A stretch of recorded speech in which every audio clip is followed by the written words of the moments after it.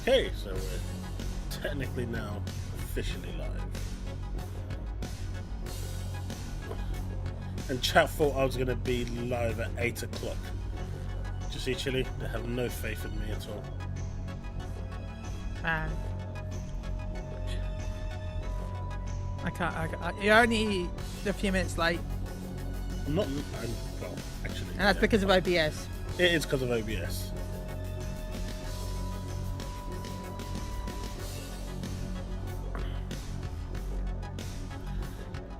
Although a new game just released on the Switch called Dreamless Girl.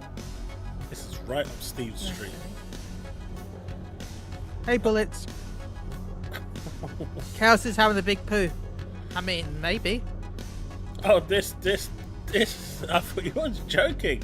We're opening with this one first. Oh no. Hey, Steve. What? Last of Us. Yeah, it's real. The complete edition is July 10th. Alright, let me go have a drink and then we're gonna open up. Sorry, the collector's edition of the complete edition. They're remastering the collector's edition. Alright, I'll be right back, dude.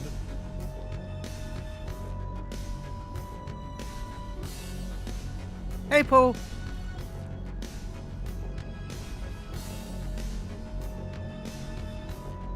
So yeah, how's everyone doing in chat? Hope you're doing well. Pony needs a sit from the trowel. I mean, yeah.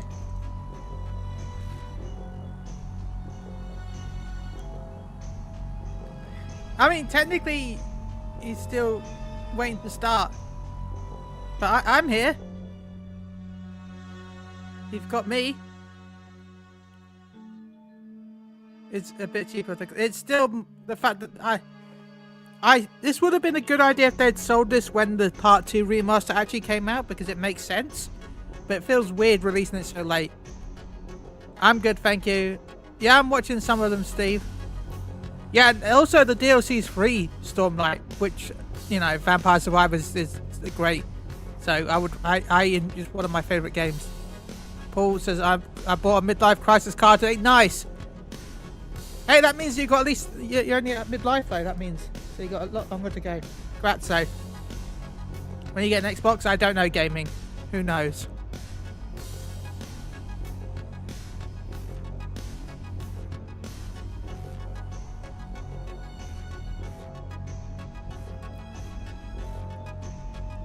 Yeah, I haven't looked at the price. I just saw it on Twitter. Someone tweeted it out and I found it hilarious. Susano. I hope you're doing well. I've been trying to get my rank up in Rivals because I realised I didn't do the 10 missions. 10 fights before the reset, so we'll see if I can get it done in time. Ooh, enjoy Devon. Is that the one with the chainsaw on it for some reason? All updates and DLCs free on the Xbox are standard. Fair. Well, not all DLC. Not all DLC. More waste of money, The Last of Us Complete Collector's Edition. I mean, if you didn't own the first two remasters, it depending on the pricing, I guess would be okay, but I'm sure by now most people that want to buy the remasters already bought them.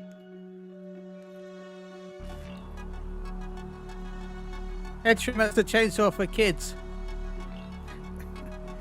Add that, you adding that to your gun, Steve? John says, I don't know The Last of Us. No, not the one. It's a 3006 AR-10. Okay.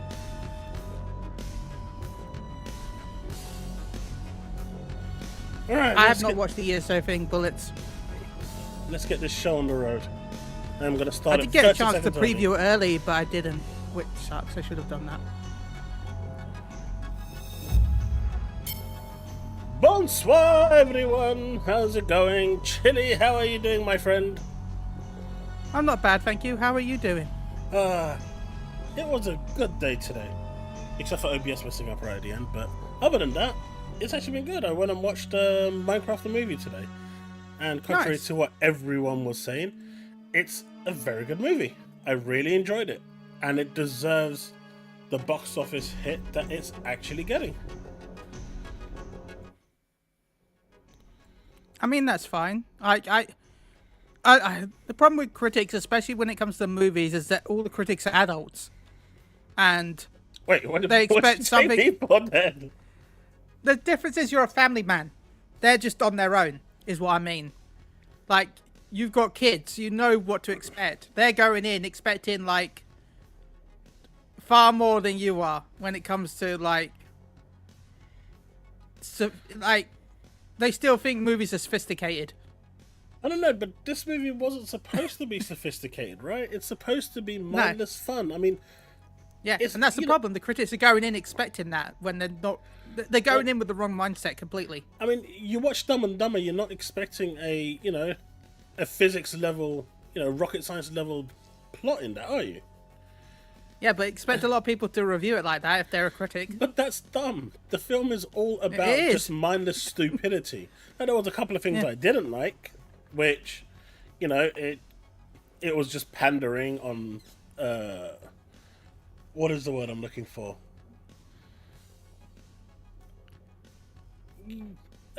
Just social... Memes? Social memes and stuff? No, not social memes, just kind of pushing the whole female girl boss agenda a bit too much at times. Ah, okay. It only happened really in about 2 or 3 places, which it stood out like a sore thumb. Like, it really did stand out. But outside of that, Jason Momoa was fantastic. It was awesome.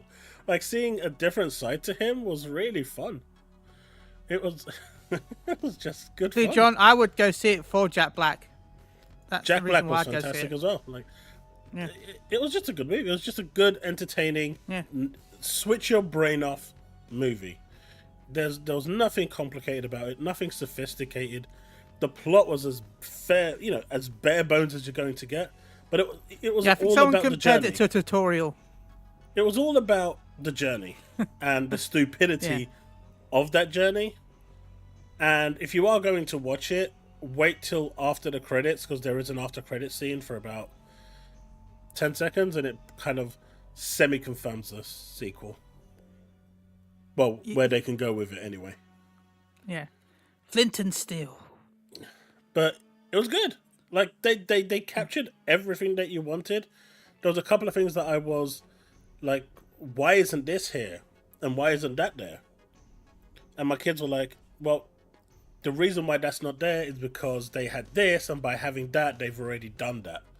So if you've got the knowledge of Minecraft, you already know that certain things have already transpired. I didn't have that background, so my kids kind of filled up that background. So it'll be interesting to see where it can go next. My kids already have like 2 or 3 paths where they can go down for the next movie. So it just goes to show that, I think Microsoft has finally found the winning formula when it comes to TV.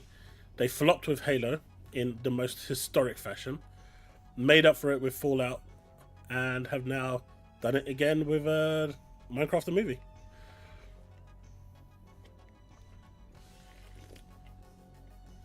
That's my prediction, Paul.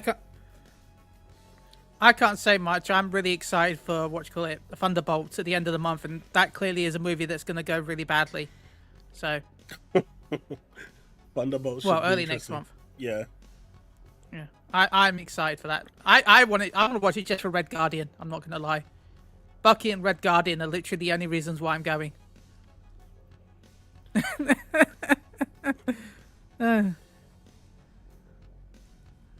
Oh, I did not do something. I forgot to do this. Let's do this live. So this is real. This is real. Yeah. I mean, it sounded real at the time. So they're packaging it all together for $100. You get 4 postcards and a comic book, 1 to 4, for $100.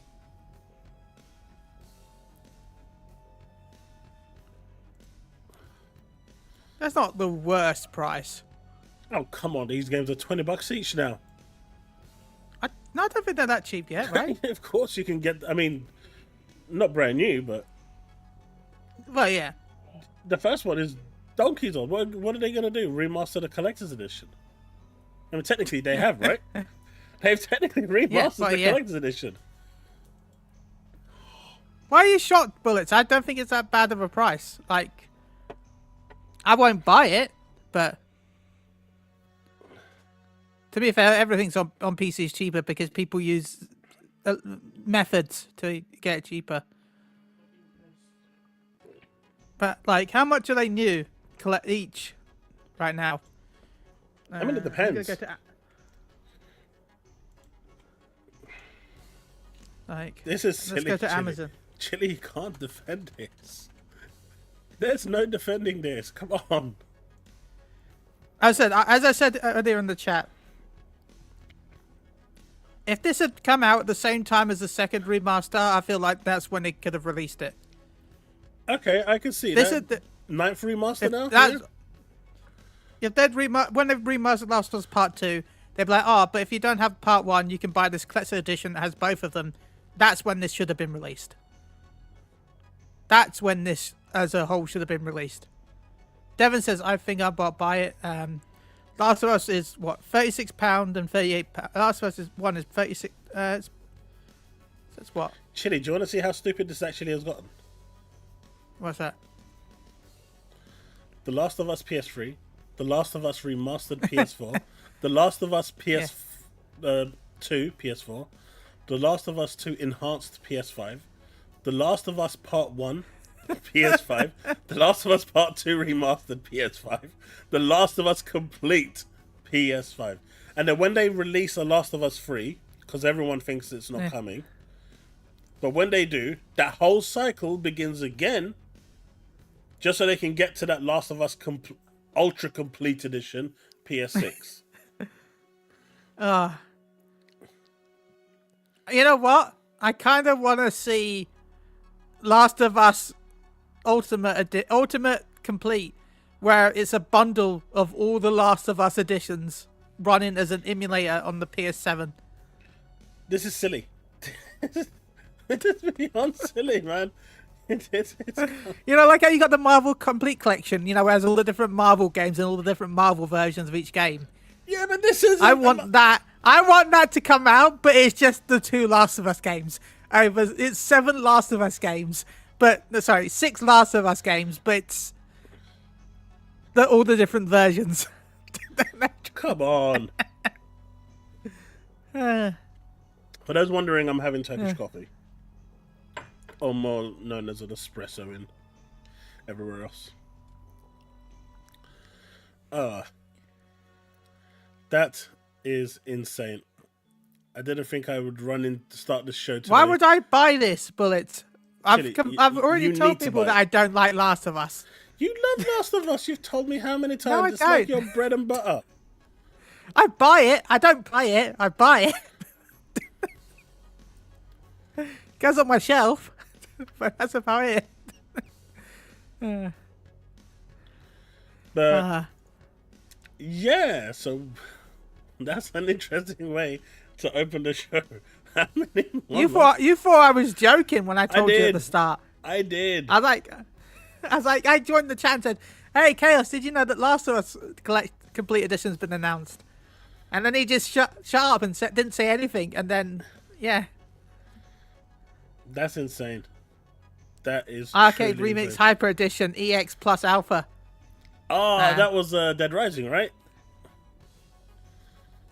Yeah, but also Street Fighter, right? Because that was just a joke of all the different Super Nintendo Street Fighter games.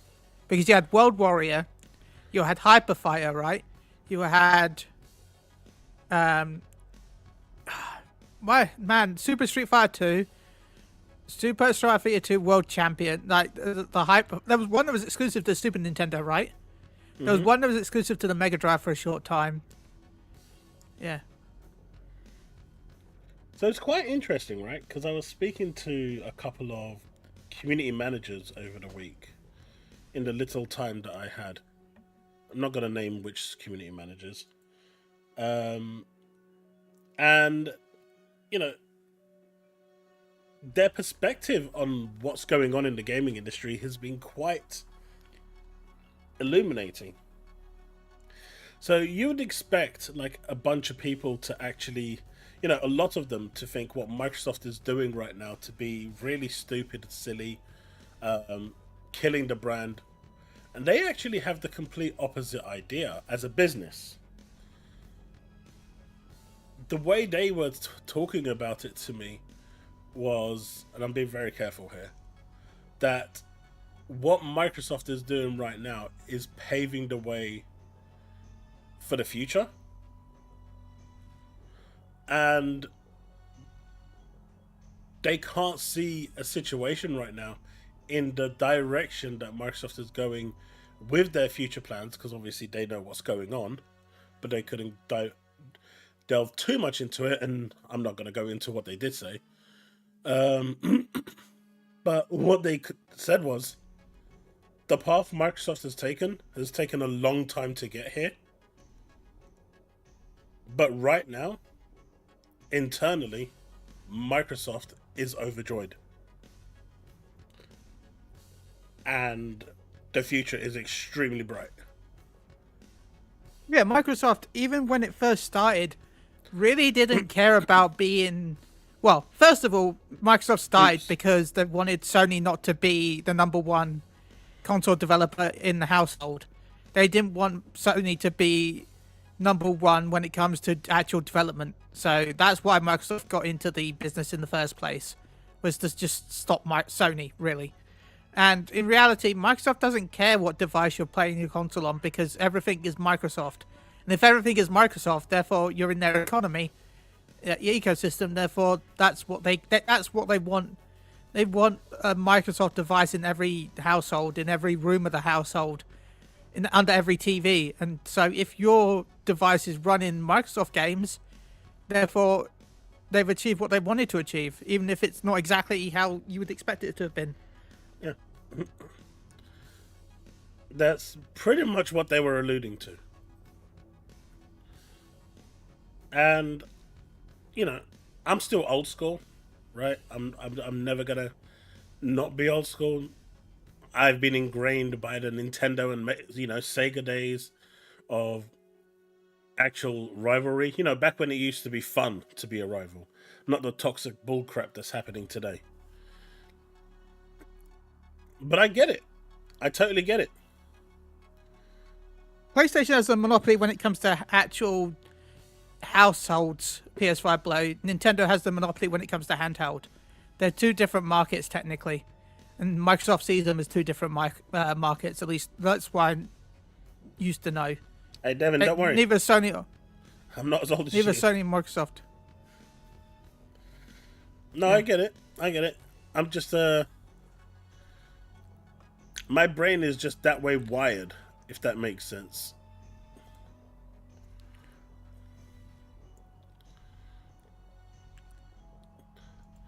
But yeah, I just thought it was quite interesting. Did you hear about Elon Musk? I mean, what? He quit. There's quite a lot about. Well, after he embezzled $11 billion from the US. Well, I won't say embezzled, because he actually went through legal channels to. He accidentally borrowed. No, well, he went through legal channels to avoid $11 billion of tax. Legal channels, by the way. He played the system good. Apparently, he's quit his favorite game because of cyberbullying after he couldn't get past the tutorial. Path of Exiles 2, right? I'm not sure which it was. I just a friend of mine was telling me just before I went live that he couldn't get past the tutorial, and people basically just completely mocked him, and he. I think it might have been Path of Exiles, because apparently it's a boss and my friend isn't very good. And he said even I could beat that, so... But... Yeah, Path of Exiles. I think it's number 2, right? It must be, but come on, what the fuck? See? You guys were mocking me when I failed on one tutorial level. It didn't really happen. I did it deliberately just to cause entertainment. Naturally. But... Yeah, sure. Yeah, exactly. But yeah, no, he was paying people to play it for him. So, And then he was like, no, I play it. And then streamed it and then couldn't play it. It's just, what the fuck? It's like, oh, that was just, I was like, come on, man.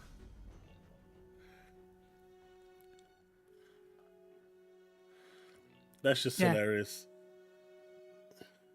I mean, allegedly, Susano, should we say? Please don't sue me, Musk. I have no money. Don't worry. Tesla's making sure he doesn't either. Guy lost $121 billion, man. He paid people to get him to the top of the worldwide leaderboard, did a live stream, and didn't know how to put items in his inventory properly. He was dragging. To be fair, Gortzy, I can't judge someone for that. I know a lot of people that play games slightly differently than others when it comes to like inventory management. Like, out of all the things you can judge him for, I can't judge. I can't judge that. Like, remember all those clickers in 11 that would rather than pressing the button would move their mouse and click everything. So, hey, look. What I ain't gonna deny after all these years that I didn't use scripts. Yeah. I did. I used skill up scripts. Abessia forced that on me. That's all I'm gonna say. When you go from level 1 to 99 in like 4 hours, you can't even land a whiff. Yeah. Summoning, healing skills were so good. Remember that XP exploit for the longest time that got a couple of people banned, where you would stand in Cuffdale Tunnel and you would sink down to a level 16, and then you'd have all the summoners pull you'd have a red mage pull the entire zone, or a tank pull the entire zone, and then you'd have the summoners astral burn the entire zone, and you'd level up instantly. Yep. I remember that. Hey, Wayne's World. Has anyone seen a game called Blueprints? It's gone mental. Like, it's getting crazy reviews. I haven't had a chance to try it. Right? Yeah. But Blueprints is doing the rounds at the moment. Like, it's almost like a perfect 9 point something. Has anyone in chat actually played it? No. So this is the game. It's a kind of puzzle game. It's free on Plus. Yes, it's on. It was on PS Plus and Game Pass. But it's getting like, I haven't seen the score for this below 9. And you kind of make the rooms yourself, from what I understand. That's kind of cool. So you've basically got a canvas. And depending on the room that you'll have different colored boxes, well, like encasings for them, and they dictate what you can place where. And using that, the rooms get generated for the level that you're in on the puzzle. And every time you add a room, it helps you get closer to figuring out what the puzzle is. I would not be able to do this. I'm not good at puzzles. It's blown up quite a bit, almost on the level of Balatro. Everyone. But you see, Ben Starr turned up to in like the full outfit, didn't he, to the BAFTAs? I think, right? Yep. Yeah. So the BAFTAs actually came and went, and what was weird about I forgot they were a thing. I just saw pictures. I didn't even know about it. My friend just turned around to me the next day and sent me all the awards, and I was like, "Wait, this actually happened? There was no fanfare for this. Nothing. Like, no one cared. Yeah. What's going on? Am I hungry? No, I've eaten too much. We went to Wagamama's today after we came out of the cinema. So I got my firecracker. Son got his brisket ramen. Other one got his pork belly ramen. I used to get the Stark ramen, but they don't do it anymore. And so we were all eating, and then the little ones brought their like kids meal. Of course, they only got through half of it, and they're like, "Dad, you can finish this." So I came home completely like, I can't move anymore. No more food, please. I used to get the apple pork apple bows, and then I would get the steak ramen, but they don't do that anymore, so that makes me sad. You miss Chille as a Dalek? Exterminate! If you ever get to go to Tokyo, is it Tonkotsu? Yeah. There's one in London, near Tower Bridge, down Southwark Street. If you go down Southwark Street, if you're ever around those areas, walk down Southwark Street. There's a coloured building on the right. Keep going down until you get to Bankside, the gym and stuff, and then turn to your right. There's a tonkotsu there. They make the best ramen I've ever eaten in my life. Like, I highly recommend them. That Uzumaki stuff, London one, was really nice. But I'd have to try it. Oh, good old Turkish from there as well. Do a traditional Turkish thing as well. Hit the coffee mug. Why not? But yeah, so this game has basically, everyone's kind of talking about it, and I really want to give it a try. I'm just in between a few games at the moment, and I don't have the time, but I'm going to get to it. And I think it will be quite interesting. Why play Assassin's Creed Shadows when you have a real ninja game coming later this year? Simple bags. Assassin's Creed 4 is a really good game. I mean, Assassin's Creed 4. Assassin's Creed Shadows is a really good game. I don't get the hate for the game. I don't see why people don't like it. I don't really see what's wrong with it. I mean, it is padded. Like, it has the usual Ubisoft blow. I'm skipping like a lot of it, but it still has the padding. So there's still stuff that like one quest told me, hey, in order to progress the story, you need to go and wipe out like 12 people. And I was like, oh, you can't be serious. Turns out I need to play. I've done the tutorial, but I've not done any more than that so far because I've not streamed it. Turns out if you go and take out the leader first, which is their father, they all congregate into one area, all of them, so you can just go wipe them all out in one go. That was a happy accident for me. That was great. Yeah. And if anyone's seen my my thoughts on Assassin's Creed, my video, you'll actually see it towards the end of the video where the camera zooms in and stuff. That's the quest I'm talking about. It's really well done.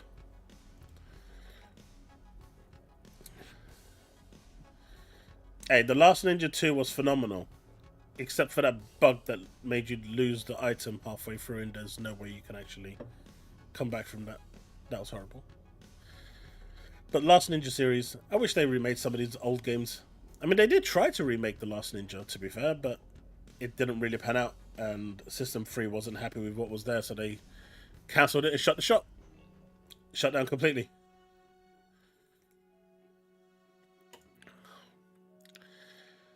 Chille, so it looks like Xbox is pushing Play Anywhere even more aggressively now.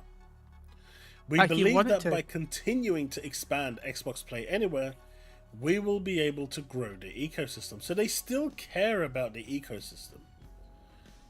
Which means they still care about the console, which means they still care about the brand.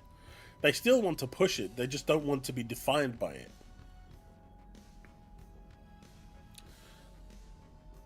What's your thoughts on this?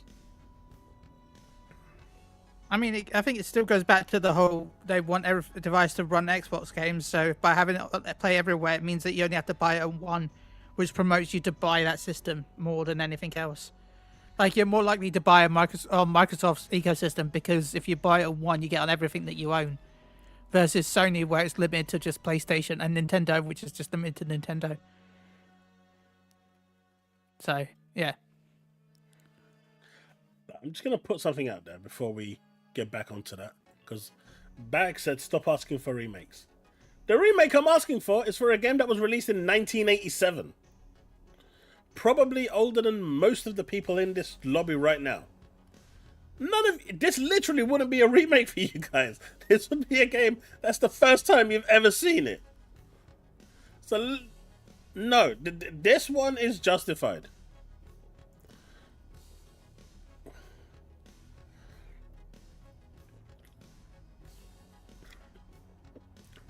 I think if Microsoft wants to be,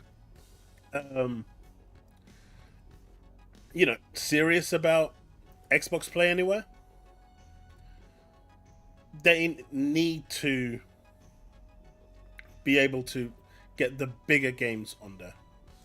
I know they're doing their own games, but I think they need to start making those commitments to the bigger games. Yeah, but that'll involve a lot more money involved. Because you're going to have to pay for the set that sales lost. Of course, but that's an investment that they need to make. If they truly believe that this is the way forward, it's an investment that should pay off later. Right? No, you don't make Yes. That's the way I see it. They And need if you to don't not make enough half-ass this. investment, then it's and if you don't invest enough, then it's just not going to grow. Yeah, that's it. And, the Xbox app version of the games generally are different to that of the Steam version of the game. Like, for example, Still Wakes the Deep, that was on the Xbox app. Hey, what's up? Sorry, do you know Saturday? I do know Saturday. It's a very good day. Do you think you'd be able to drop Harold to Bill or something? Because he wants he's going to come round here for us to hang out. Yeah. Is that okay? Yes, literally just down the road. It's on there, thank you. If I roll him, it'll be okay, yeah? No? No. What if I roll him like a bowling ball down this road? Hey, that's just insulting his way. That's not even valid at that point. That's rude. What I didn't know I was coming round. Oh. But yeah, so Still Wakes the Deep, which actually won at the BAFTAs, by the way. I'm so happy that game won. I really can't stress enough how much I recommend you guys play that game. From voice acting to the actual game itself, it is phenomenal. Does it have ocean-based stuff? What do you mean? There's no fishing. What? No, is it set underwater? From the name. Not really. I mean, the rig gets at one point. It starts to go underwater and a certain level, but it's only like half an hour of the game in total. But it is a phenomenal game that I recommend everyone play. I'm so happy that it finally got recognized, because that was one of the best games I played on its release year, which I think it was last year. And it didn't even get a mention at the Game Awards, which was such a shame, because it was better than a lot of the games that were there, but it just went under the radar because it didn't have the big marketing push for it. And it's one game that I truly, truly recommend. Let me get a trailer up for it, because it was just really good. And it's not long either, right? It's like a 10-hour game. It's really not a long game. But Still Wakes the Deep didn't have DLSS support, but the Steam version did.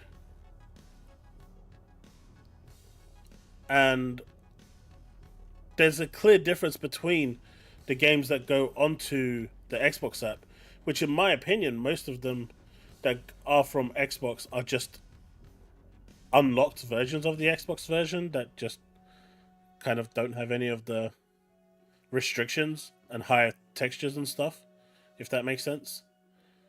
Yeah. Because the Xbox is just a PC, ultimately, right? Hear me? It is just a PC in the grand scheme of things. I mean, most systems now are just PCs when you think about it. But yeah, this is Still Wakes the Deep. It is phenomenal. It looks great, it plays great, and the voice acting is just crazy.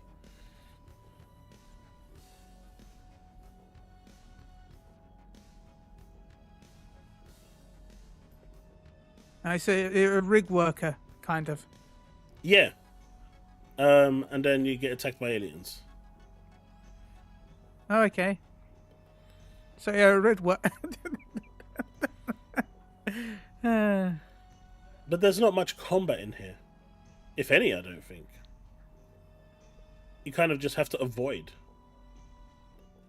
It's like an Aliens, if Aliens was good. And on the... Oh, shots fired!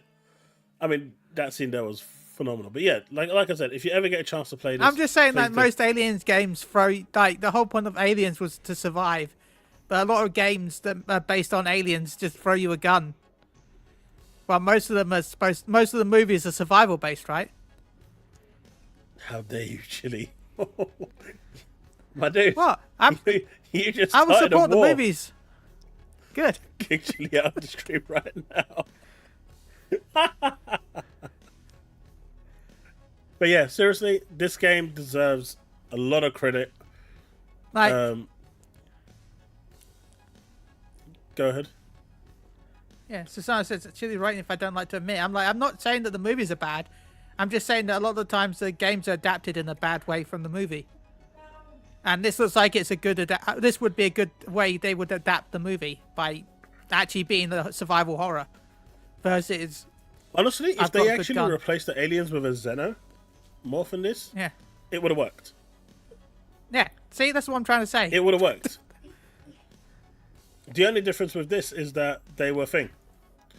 Unlike, well, kind of, I guess it's the same principle, but these creatures kind of can take over the human entirely. Yeah. They become them. Alien Trilogy was amazing. You're talking about the PS1 game, Paul. I remember those. Actually, play AFE. AVP on Jaguar was... Look, not all of us were rich enough to own Jaguars. I didn't have a That was, Jaguar. that was an expensive console, right? I just didn't see there just was nothing on there. Yeah. Nothing interesting that the Mega Drive and the Super Nintendo didn't have. Yeah. I don't know. I just felt like it didn't get the support it needed.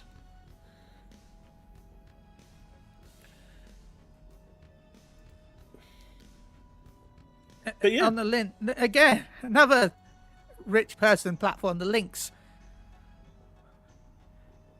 That was a cool device, though. I kind of wanted that growing What, up. the Atari Lynx? Yeah, The handheld. yeah, the handheld. Oh yeah, my friend had that. Yeah.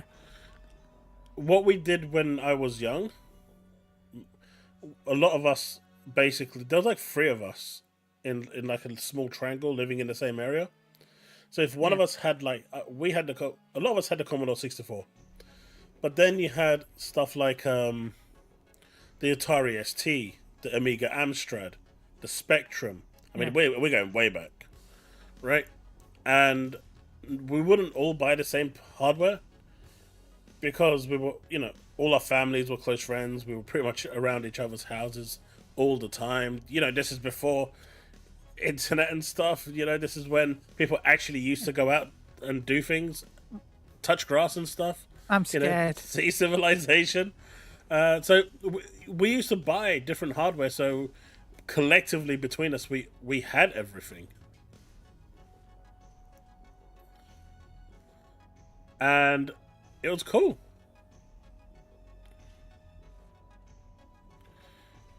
I'm seeing something that's not right here. What happened? When did that happen? When did what happen? That kind of pushed out, and I don't know why it did that. John says N64 was first console. Cool. Mega Drive was my first one. That was my first console.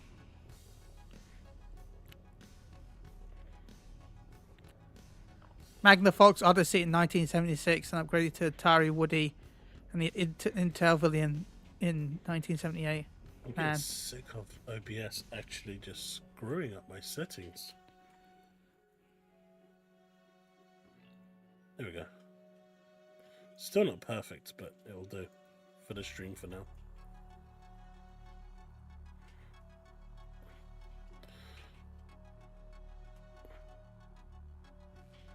Yeah, that'll do for now.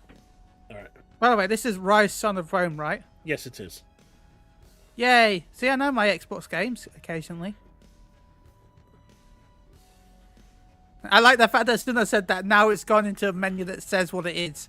As soon as I said.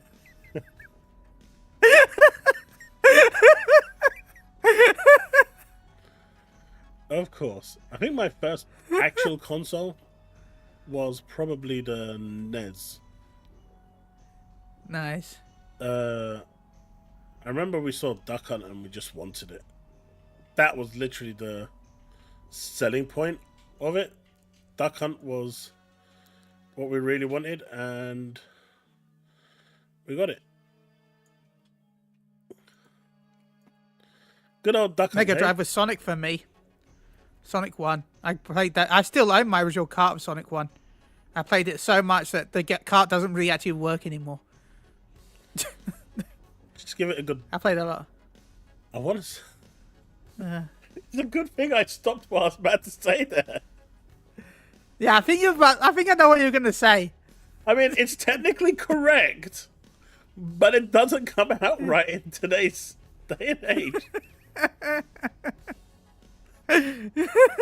There's no other way to say it, though. How else can you actually say it? Yeah, guys, what do you do to a cartridge back in those days when it wasn't working? Whether it was a Nintendo cartridge, a Mega Drive, or a Super Nintendo. Yeah.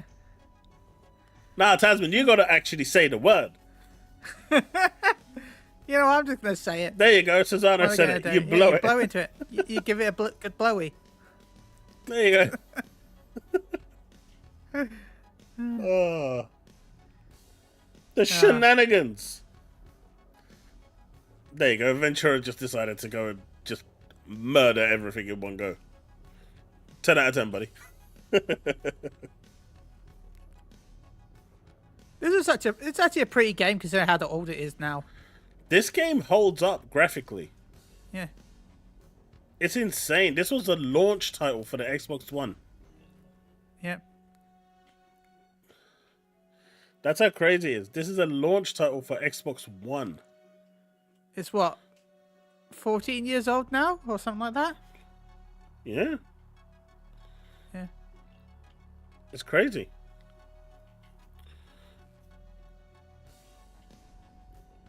It was released in 2013. So, yeah, 11 years. 12 years. 11, 12 years, yeah. And it was playing again. No, I wasn't born yet, Paul. I don't know. I don't have the ability to time travel. I wasn't born in the 70s. Oh, that's even too far for me. I was born Paul. in the 80s. Yeah, I'm an 80s child. 87.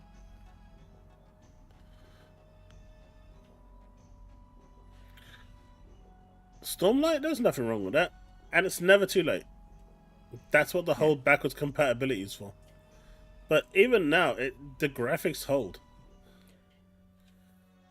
I know you mean that. I know you mean that's a real thing, CP94, but it really does feel like a YouTube spam advert to see you can buy Infinite Gold for free for Rise. Like, click here. I'm expecting a click here. Just watch this 30-second advert. You can buy Infinite Gold for free for Rise.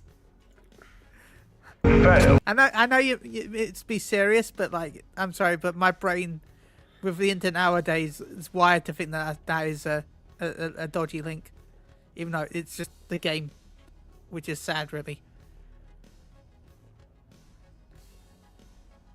The Alters is almost here. Anyone The what? know of a game called Alters? June 13th, 2025.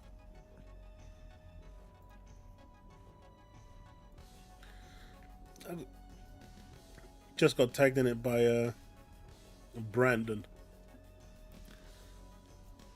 Let's check it out. Why not? Let's have a lookies. Before I get into the main topic.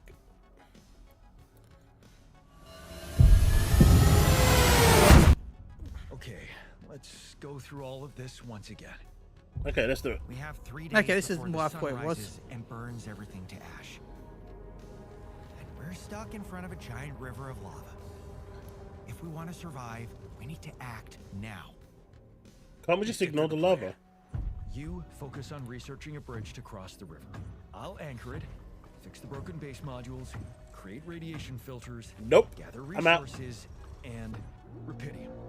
To create more alternative versions of ourselves. Are you sure they'll accept who they are? I can't worry about that right now. I need them to survive. The technician will help me fix the base. The miner can mine resources, while the botanist will provide food. We need more space to fit everyone. And besides, the miner has destructive tendencies, while the botanist is still I'm getting in love Fallout with Shelter your vibes. Wife. Plan. I know, it just has building in it and base I'm heading management. outside. Why does a lot of games Still have to have that places now? to explore, new things to discover, and dangers I know, right? that I need Stormlight? to handle. Don't get yourself killed out there. This base needs you to operate. That's what I have my altars for. Work isn't everything. You can't ignore their Mate, can you personal imagine? needs. I'm gonna be creating Sometimes I feel alternates like of me. everything here is personal. The world can't handle one of me. What do you think they're gonna do when there's like 15 of me? Should be in the database somewhere. Imagine what this would be like if these were all me. We don't have forever. Nothing would get done. We only have one day. And right now, the botanist is calling your wife. Let me talk to her. The technician is inside. If we're all me, and the miner am I dating myself? Is the wife also me? Arm off? This arm is yours, not mine. What about the goddamn bridge? Yes, about that. We can't build it. The technology I need, it only existed in my life path. Maybe in this life path. We might still have some time. I mean, it could be interesting, right? It is coming to No. all platforms, but I'm not quite sure. Oh, man. All I know is if I'm cloning myself and I've made myself a woman, am I dating me if I'm me? I'm confused by all of this. That you are going down a path that no one really wants to go down right now.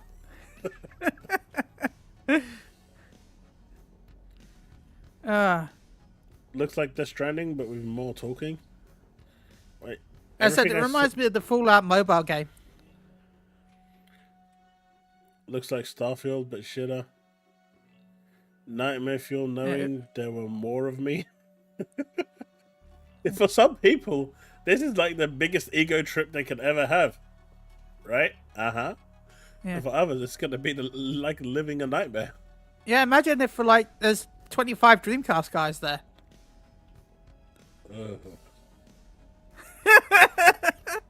By the way, why is he so much in your Discord? Like, how is that not a banned term? Some people seem to really like him. I don't know why though. Like, I'm scrolling through your Discord at night and, like, I'm getting, like, jump scares every 5 posts. I'll be honest, I've been really bad this week. So busy at work with pitches and everything else. I've had very little time. I mean, I've been doing my videos at like 3 a.m. in the morning, 4 a.m. in the morning. I mean, I had someone this morning saying, Chaos, it's not good for you to be doing this at 4 a.m. in the morning. That was the first comment. Yeah. Oh, when people are actually starting to notice the time I'm posting stuff, that's when it gets, that's when you know Yeah, I that see a lot of your posts late at night. blame Leaf, that's Leaf. Yeah, a lot of it is not in Leaf. love Yeah, I with will say it.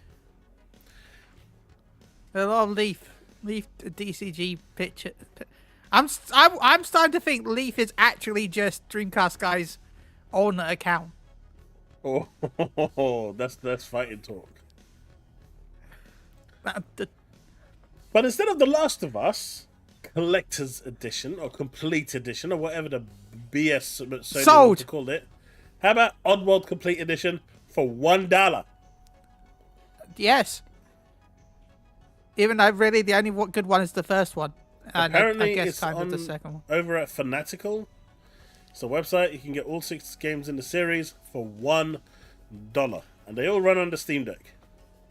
So you can relive your Oddworld game desires and dreams all in one go for a single $1.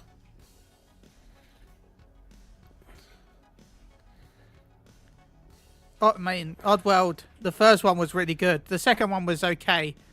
And then it went kind of downhill from there. Let's see, does he have a link to it? What on earth is that? A Steam Deck prototype. Oh, that's the prototype. Oh, that doesn't look nice at all. Look at those four. I mean, it is a prototype, right? Yeah.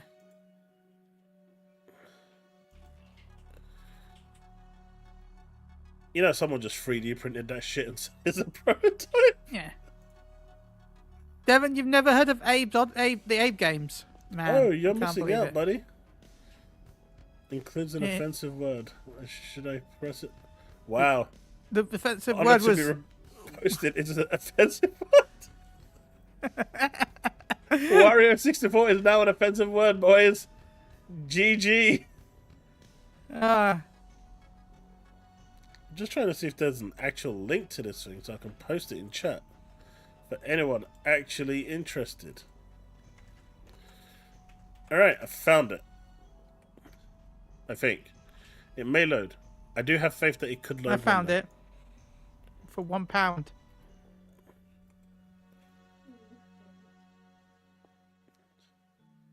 Oh, it actually comes with the enhanced editions. That's actually really damn good.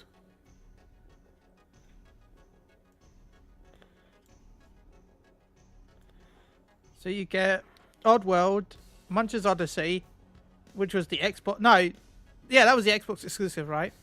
Yeah. Stranger's Wrath, which I think was also Xbox exclusive, I think. That I don't remember. But you Oddworld, get they were Soulstorm, shooting games. which Soulstorm was Yeah. the one Sony screwed them over and almost pretty much got them shut down. Then you also had New and Tasty. That's the new one? No, that was the first. That was the first one, and Soulstorm was the sequel. Yeah, 'cause Soulstorm is the The one that remaster of Exodus, I think. Yeah, the one that came out not that long ago. And Sony screwed them over so bad that they had to pretty much shut shop. Even though I don't know if they fully shut shop, but they had to lay off almost everyone because of Sony's greed. That was Soulstorm was 2021. Okay, it's a remaster of Abe's Exodus, but changed slightly. Did you know about what happened with Soulstorm? Not really, no. So, the development team and the publisher basically went into an agreement to put the game on PS Plus. The idea was that they would release the game, and it would have 2 weeks worth of sales, and then go on PS Plus. Now they had a delay and in development, which happens. And they basically told Sony, "Can you move your date back 2 weeks because we have to move our release date for 2 weeks." They found a critical bug; they can't go live with it. And Sony said no.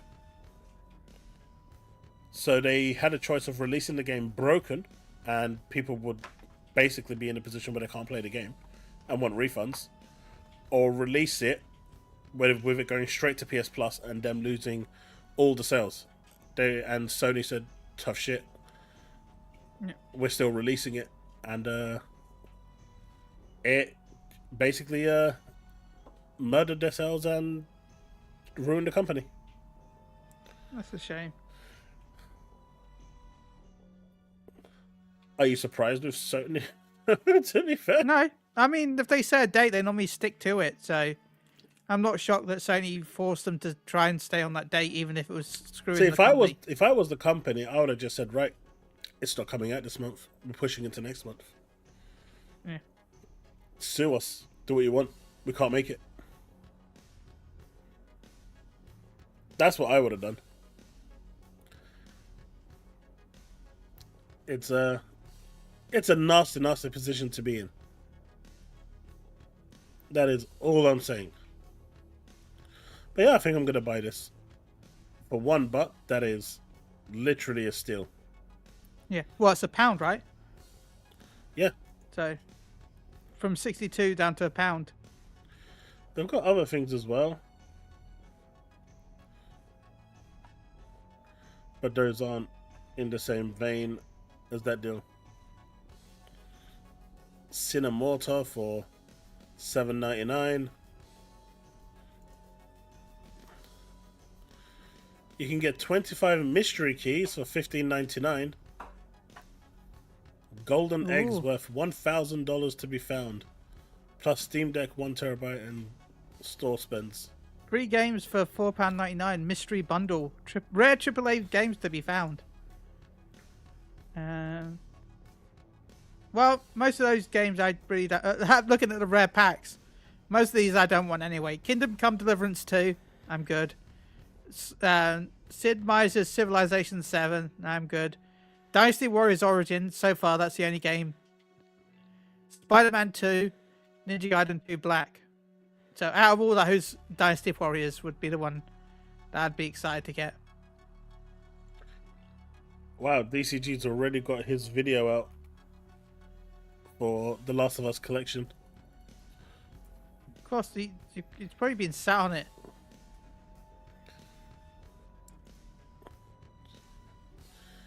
Alright. I wanted to touch on South of Midnight because I'm probably going to go back to streaming that on Saturday, I think. Maybe I might do some on Saturday. Maybe even some tomorrow. If I've got time. Got a busy day tomorrow. Running around both Lakeside and Blue Water. Going Lakeside tomorrow to pick up some stuff from IKEA because they want an arm and a leg for shipping and I'm not paying that. And if my mum's coming round tomorrow, she's never been to Blue Water. So I told her, you know, I'll take you around. Considering it's literally it's like what, a minute drive from where I live. It's really nice having such a big, shopping center right next to you. Just not so Man, great. I miss when we had a shopping center in town, but yeah. You want to know why it's bad though? I have a teenage daughter. Why? She literally wants to live there. She literally wants to live there. Yeah, but at least she has somewhere to go to. That's relatively safe. My wallet isn't safe though. Yeah, but to be fair, you have a teenage daughter, so it doesn't matter where she's going. Your wallet's not going to be safe. Oh, I'm not even going in there, Woodpit. I've already ordered the stuff that I want. Apparently, it's in a storage unit. You just go in, put the code in, and it gives you your item, and I'm leaving. I'm not even going into IKEA. Nice. I just hope it fits in my car. But South of Midnight, I played this on Tuesday, and I don't see the hate that I don't see the reason for the hate this game is getting. I think the combat sections are a little too choreographed. I can give it that, right? But everything else around the game is just really, really good. I can't fault it. The music was great. The narration was great. Graphically, it is beautiful. Especially when you're running on Ultra. You know, it just looks flawless. And it's probably the most optimized game I've played this year on a PC. I checked it out on the Series X as well. It runs exceptionally well. I didn't try it on the S. But that's my kid's console, so I don't touch it. But, you know, in terms of optimization, it didn't drop a beat. It is so well optimized. Wait, what, Devin? Wait, who lives inside Devin and who's he fantasizing living inside him right now?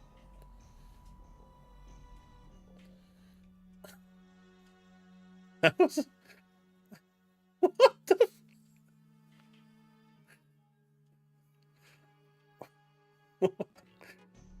Is this like a pony thing, Chille? That you guys like people living inside you?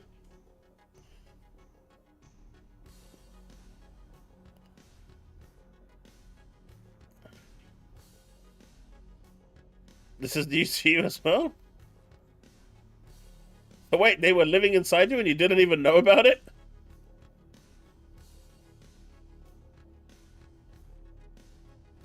This is going into places I probably don't want it to go. Oh, Chille's like, nope, that's it. I'm out. This is too much for me. But yeah, South of Midnight is I'm on chapter 6 at the moment, and I think it's phenomenal. I think it's a really good game. After the stream, I had a look overnight to see if there was a collector's edition, because I went from just being happy to play it on Game Pass to actually wanting to buy a collector's edition for it with some memorabilia with it. And I was so disappointed that they didn't have any collector's edition, not even a physical edition. I didn't even know they weren't going to have a physical for this at all. It just went digital only. What's your thoughts on that, Chille?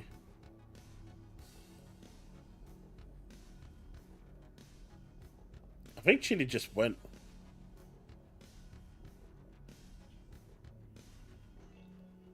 Guys, you can hear me, right?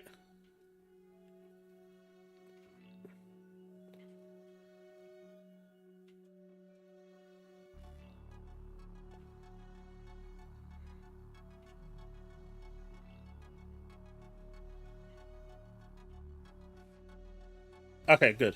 So Chille must have either stepped away or something's wrong. Let me send him a Discord message. Oh, sorry, I stepped away. Oh, okay. I was hearing everything though. So something about inside them and the South of Midnight. So Yeah, we can ignore the inside. That's a pony thing, and we're just gonna leave it there. We don't need the details for that. Am I a tad louder than usual? Maybe I'll pull my mic away a little bit then. I did not go.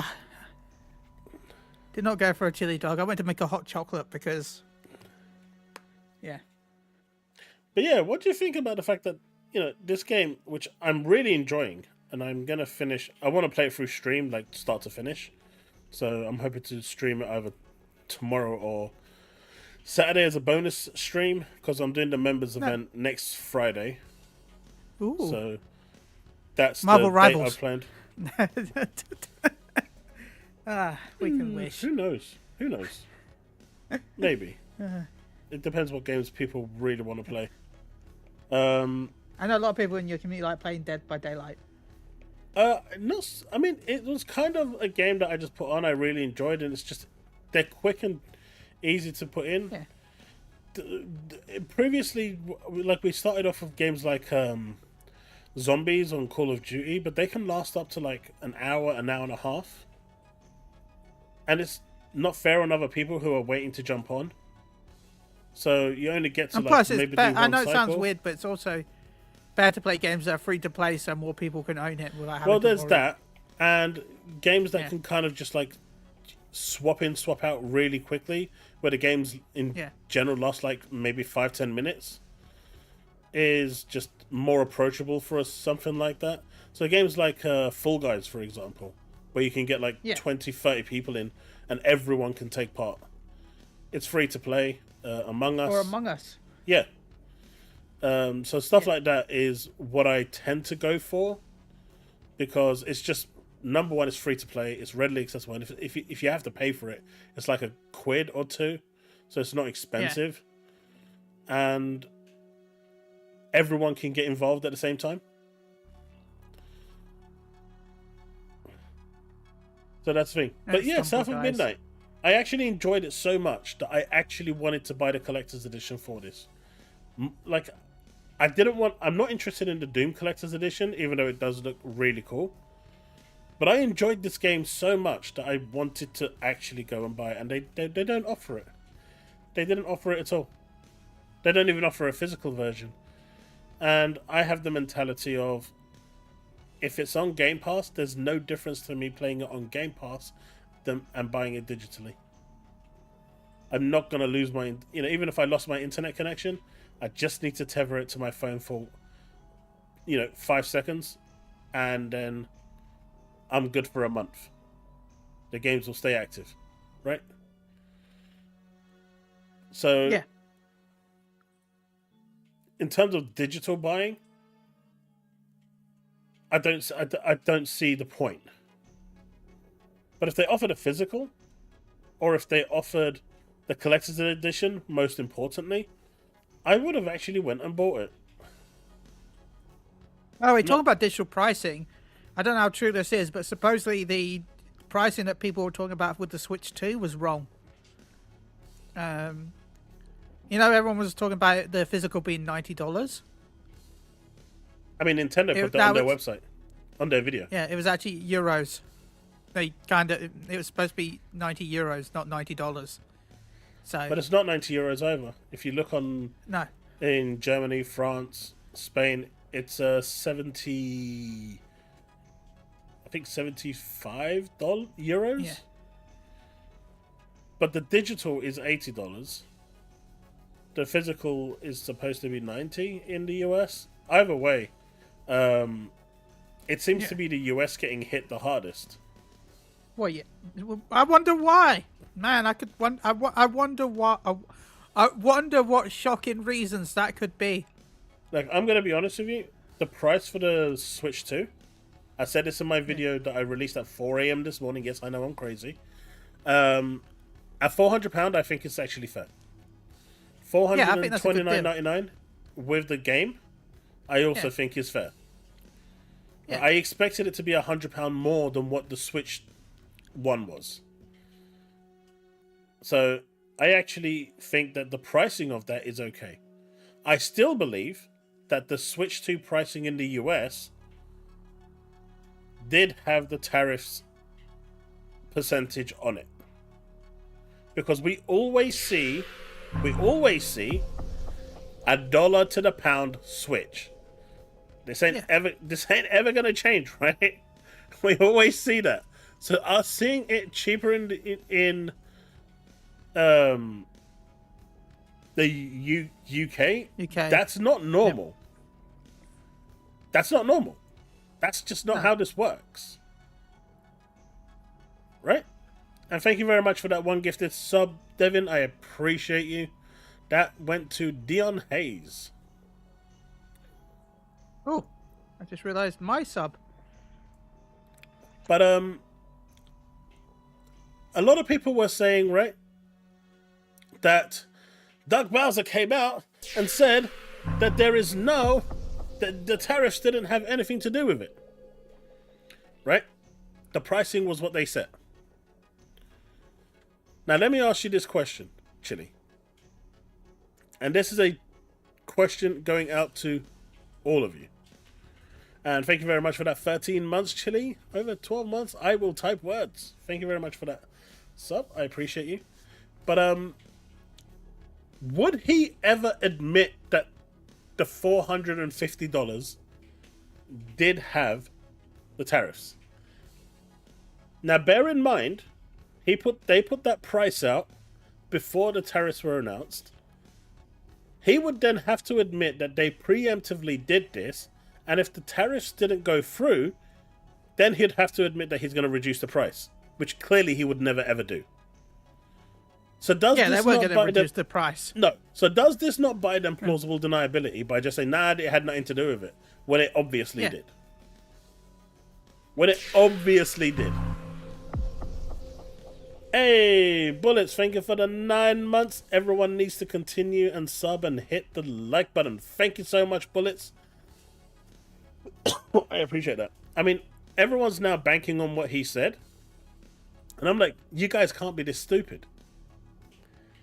He can't literally come out and say, we preemptively added 20% onto the price, or whatever the percentage was, in anticipation for it.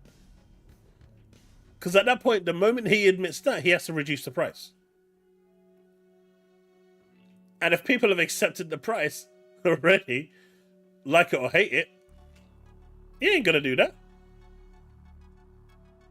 By the way, don't forget, from 2007 from 2015, Doug Bowser was Vice President of Global Demand and Planning at EA.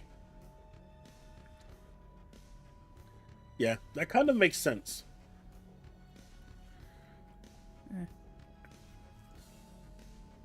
So, yeah.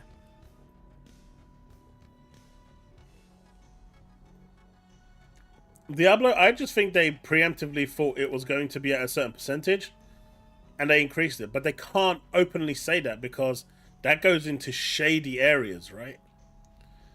If they're basically saying we are preemptively charging consumers a price point because of this, without actually having any hard facts or information or any legislation being put through, that is really shady. So they can't ever admit to that.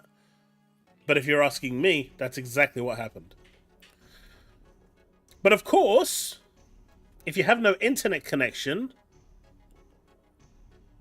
and your money's running dry and you can't afford it, there's always the Switch 1 or the 360.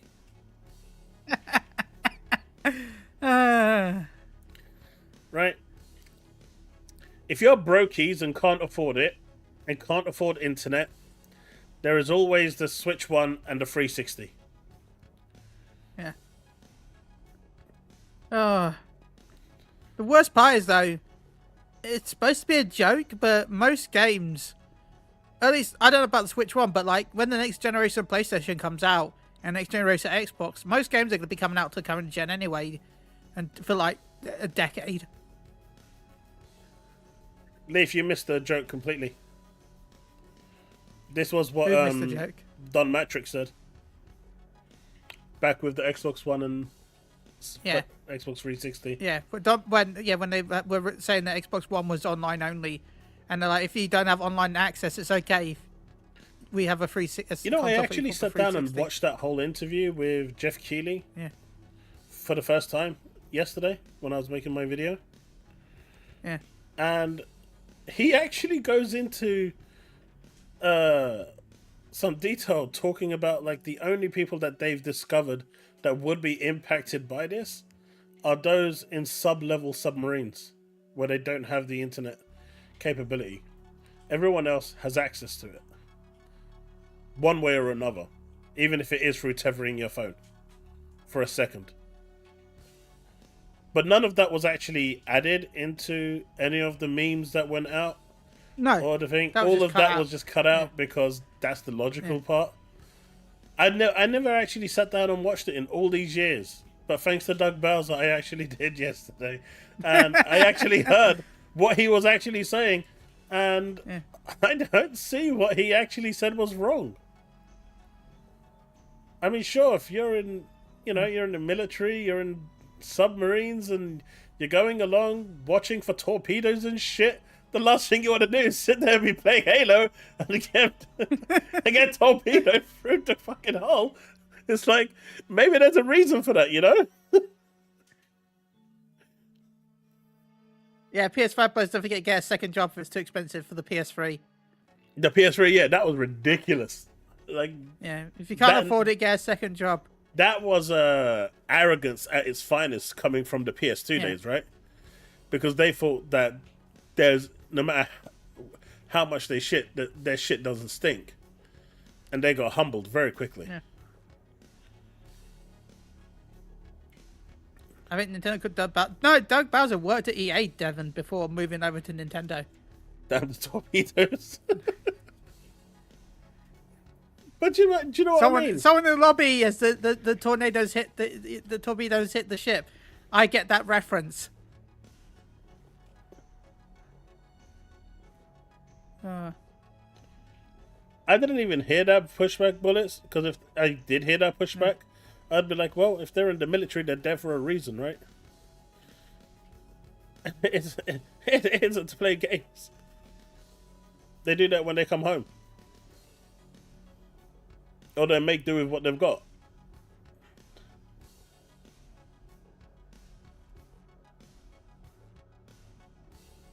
Oh, that was ridiculous as well, when they took away the Linux portion of the PS3. The Linux was only there for a tax cut, right? Huh? The Linux part of the PS3 was only for a tax write-off, right? It was, but people bought it. It wasn't. It became a selling feature, and people bought it Yeah. for it because it But- opened up other things. Like I was using it, for example. Do you know the Linux portion of it? Yeah. I was dabbling with it and doing stuff. You know, it's actually what got me into Linux in the first place. Right? Nice. My But actual it was, right? Sam Brightly. Because What? the fact that it was cheaper to tax Yeah. PCs than it was to tax gaming consoles. Yes. So No, Sony that was pushed totally the the PS3 reason. into a PC But people would have so bought that it they for that could get a reason. cheaper tax. People would have bought Yeah, it people for bought Linux. for that reason. And then they took it away. And those people should have been compensated for the retail price, not the cost of a game. They gave them like one game choice. That wasn't Yeah, it, one man. of 6, right? Yeah, that was bad because that's actually what got me into learning Linux, sudo, and everything, right? Yeah. I mean, I'm not saying I'm proficient at it, and later on, after the years, actually the Steam Deck is what got me to brush up my skills because running Steam Deck on its Steam OS operating system is on its own Steam OS Yeah. is not that doesn't fly. I need my other launchers. So that's where I started going in and actually learning how to install and shit and getting acquainted with Proton and all of this other stuff that I'd never really delved into. And it did actually increase my knowledge base. But Nintendo is crazy. But yes, Sony coming out with that arrogance was mental. They've all had their time to shine, but the point is, when Microsoft said it, it was the end of the world, the end of times. Civilization cannot continue. It's over! But when Nintendo says it, it's fine. Who cares? I mean, did you see that video I posted? You may not have seen it yet, but my dude made a whole 11-minute video with a inflation calculator trying to justify what Nintendo's doing. Are you out of your mind? The moment you have to go into that level of stuff, you already know you've lost the battle. Chille won't have seen it. I have faith that he's watched it. He's watching it right now as we speak. I don't think I've seen it, actually. I don't think it's even come up on my feed. And you even saw me turn notifications on. I told you it wouldn't. Yeah. For the reasons I mentioned to you. But yeah, the moment Instead, you I tested every $1 menu, and I had a chocolate hand. And yeah, that's what I've got on my. Yeah. And you've tasted every what now? watch a lot of video. I watch a lot of food videos. Well, the point I was making, Oh, I think Devin, I saw this actually. Or was this someone else? the point I was making, Devin, is my money that I earn today, because I haven't had a pay rise in like 4 years, is worth less than what it was worth 4 years ago. Because of inflation. So how is that helping anyone?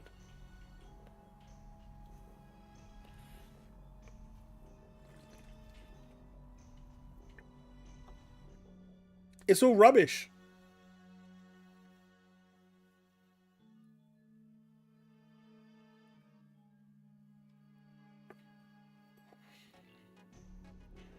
Yeah, bills have gone up so much. Even groceries alone is just like, really more expensive now for me than it was even last year or the year before. Yeah, that. I'm paying £50 more per week now, on average, as opposed to June last year. My average shopping bill is now like £35 to £40 a week, You which is son of a... You want to know what my weekly shopping bill is every week? what's that? Just over 200. So I spend literally about £1,000 just That's on groceries. about the same though. It is not the Like same. you've got more people. It doesn't matter. I live on my own bullets. Why would it be more? Like I don't eat breakfast. I don't eat Luxuries! lunch. What's that? See? You're doing stuff to us. You're not looking after yourself, Chille. Okay, what I've ordered this week is some potatoes, some gammon steaks, some pork roast, some potato, some chicken breast, some chips, some 8 bottles of water, and gravy. And this is the other thing, right? What Steve's saying here. The argument people are making of games were more expensive back then are BS2. Tech was more costly back then to manufacture. Nowadays, things are pennies to make. And this is actually true, right? Like, the cartridges that you would see with the Super Nintendo that you would buy, a lot of them would be custom built, like the Neo Geo was. Yeah. Right? I mean, you had the standard form, but if the games were bigger, then they'd be on cartridges that were custom built for that game. The manufacturing costs back then used to be way higher. The sales volumes of games used to be minuscule, right? I remember back in 1987, I think it was. I mean, this is going way back, when Squaresoft was going into liquidation. They managed to sell, was it 100 or 1,000 copies of Final Fantasy? And that's what saved Squaresoft, ultimately. And that paid for their bills and everything. And 1,000 copies was enough to save a company from going into liquidation. Let that sink in. The liquidators were at the business, ready to shut it down. But 1,000 copies was enough. And that's when they released Final Fantasy 2, and they actually sold triple what they sold, and that was an insane amount back then. You know, the sales volumes alone carries different weight. Today you've got games like Mario Kart, okay, it might be the exception, selling 70 million copies, which is roughly about $4 billion. And you're telling me that running and maintaining and building Mario Kart 8 Deluxe cost $4 billion? Is that what you're trying to tell me? And then you have the audacity to up the price up to $90. That's insane. There's no justification for this. When you've got games selling tens and 20 millions of units, which is unthinkable quantities back in the 90s. No way in hell they even got anywhere near those numbers. I'd be surprised on average, if they got... you'd get best $1 million. Because then even... you would go into the platinum range, right? Yeah. And not many games went into the platinum range. No, not many. But I'm just saying that would but be you're talking that was PlayStation. basically But you're the talking best. PlayStation. I'm going before that. I'm going to the SNES and Mega Drive days. They wouldn't hit 1 million units. They'd be lucky to hit 500,000. So number one, the sales volumes were completely different. So they were making less money. They would have to release them in worldwide for them to hit that much anyway. And then they had the carts, which were pretty much custom built and cost way more to actually manufacture. Yeah. People using this as a gotcha moment are just plain dumb.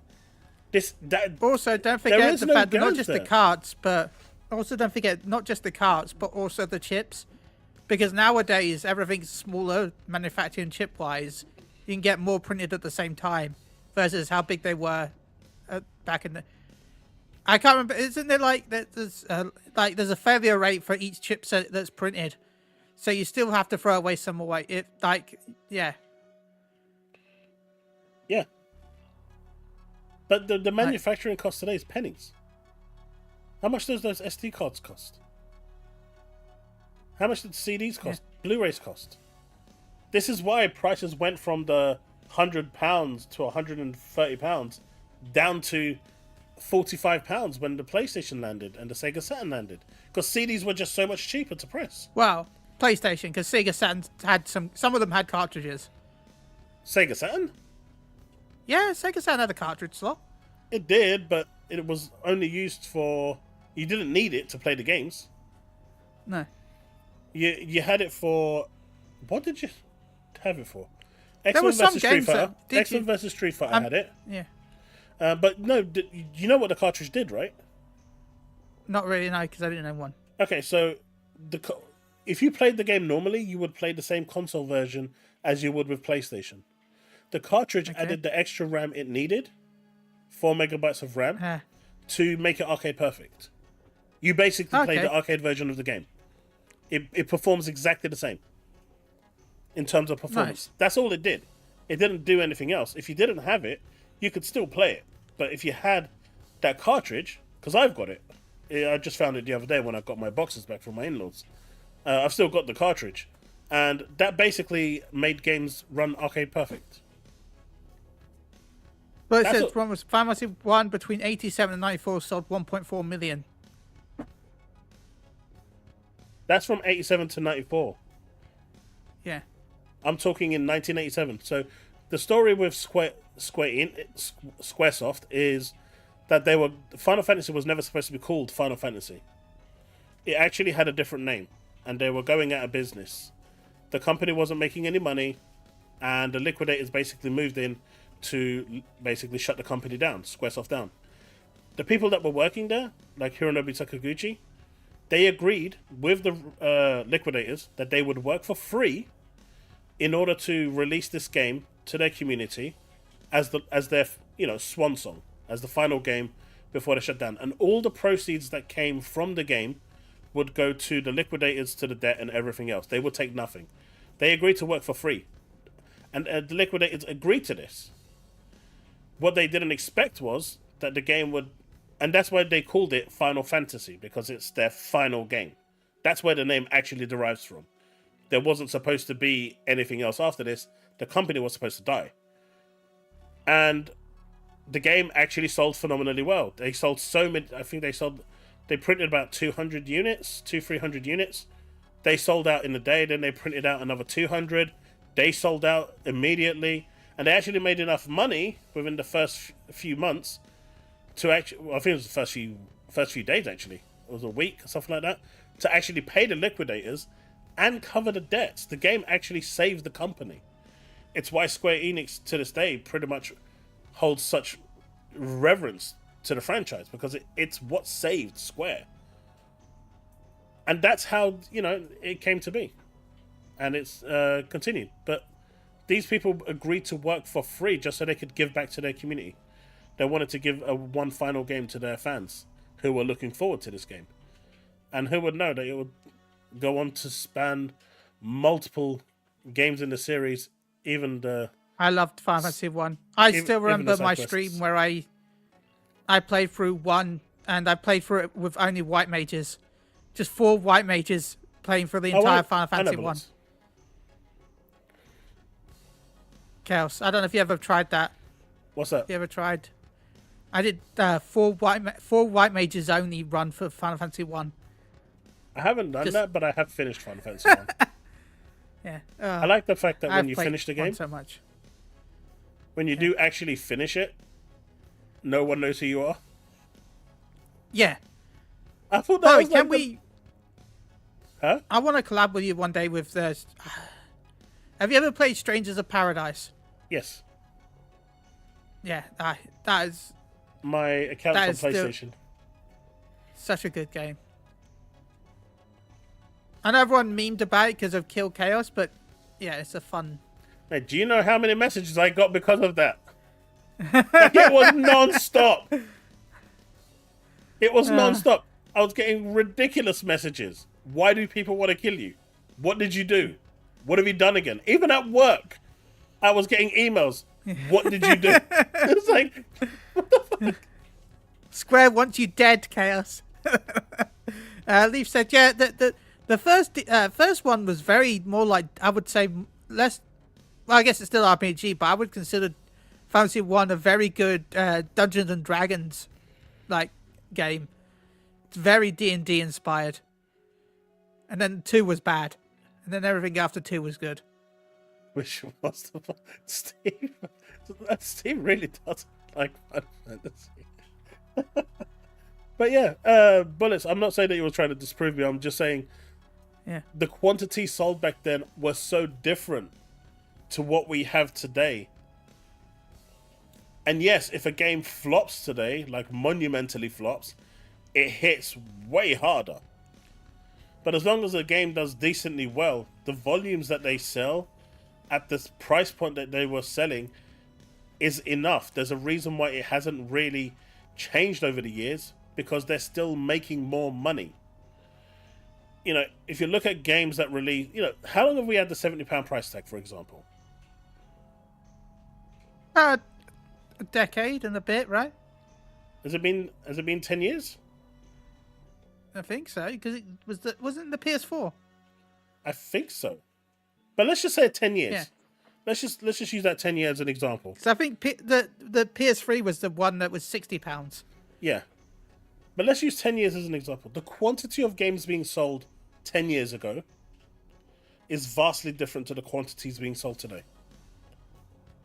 We are just selling way more volumes in games today than we were back then. More people are gaming, more people are playing, and this is evident as we see. Right? So they're actually making more money. There's no reason to increase the price point. There's just no reason for it outside of pure greed. And Obviously, we're talking pounds, not dollars. Trust me, we've always paid a little bit more. A lot of the times they're like, yeah, we'll just pound it. Yeah. There's just no reason for it. Right? I don't see any reason. It's just pure greed. But Nintendo knows that it can get away with it. Because one, it has no competition. Two, no one's cared about Nintendo for a number of years. And it's really weird that you see all the Nintendo fanboys now coming out of the woodworks trying to say, oh, move over PC. I mean, I saw one guy trying to say that the Switch, it's over for PCs now that the Switch has Cyberpunk. And I'm like, are you mentally retarded? My dude is trying to turn around and say that the Switch is more powerful than a 4090, 5090. It's like... I didn't know the pro players were buying Switch 2s. I went AFK to help Chille pounding something. I'm talking about the pound versus dollar, not pounding. Yeah. Chille pounding something? No. But do you know what I mean? It's like, these have come out of the woodworks, and now you're seeing all this talk about it. Like, it's really weird to see people actually trying to cheer on anti-consumer behavior, and I just don't get it. And a lot of for the longest time, people have said like Xbox gamers were conditioned, you know, with the whole Game Pass thing. And to some extent, I will agree with that. Like just the other day, right? Have you heard of a game called what was it? That toy soldier game. What was it? It came out on the Xbox. Hyperscape game. That's the one. That's the one. And it looks quite good. It's come to PlayStation, right? Yeah, it is. And it's worth buying, by the way. It's a good game. But you had a bunch of Xbox fans in there who were basically harassing the developer for not releasing it on Game Pass and say that if you don't release it on Game Pass, no one's going to buy your game. When over 300,000 copies were sold. For an indie company, that's amazing, by the way. For a bunch of people, 4 people building it, 300,000 units sold at £25 each, that's insane.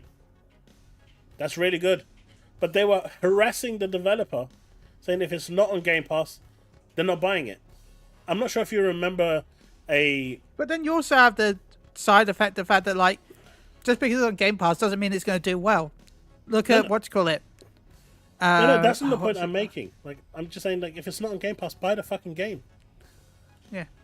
Right? Do you remember Peter Ovo? Like, people can fly. Right? Oh, no, but they got screwed. They got screwed by Square Enix. There's no two ways about that. They getting paid at all for any of their game. But they got screwed by Square Enix. That's a total different situation. But like, do you remember Peter Ovo, who used to advocate for Xbox for, like, it's like his life depended on it before he lost the plot?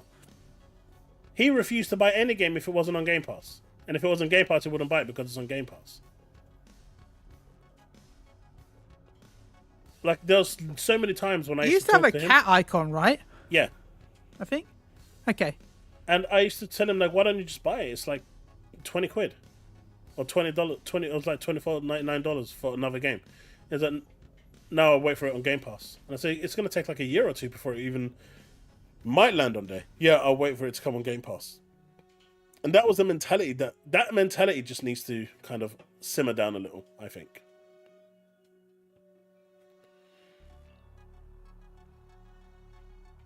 I think that mentality needs to simmer down. But that kind of attitude now is what I'm seeing with the Nintendrons. They're just accepting everything and only what... You know, there's no pushback at all. They know it's bad.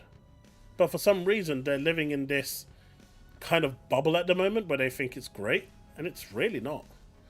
especially with this whole variable pricing that's going on right now. Do you know how dangerous that is for consumers? You see all Nintendo fans cheering this on, but that is so dangerous. What stops like a game like GTA, which is going to last 10 years, coming out at £150? They know people are going to buy GTA. They know it's going to sell millions. Regardless of price point, it's going to sell. So what's stopping them by saying, well, people are going to play this game for 10, 15 years. In my opinion, variably pricing that Nintendo has introduced, we can sell this game for £150. It's dangerous. It's really, really dangerous. The things that they were saying is really dangerous for the gaming landscape. And then you got people like Reforge, who I can't believe is defending it as well. That is such a corporate shill.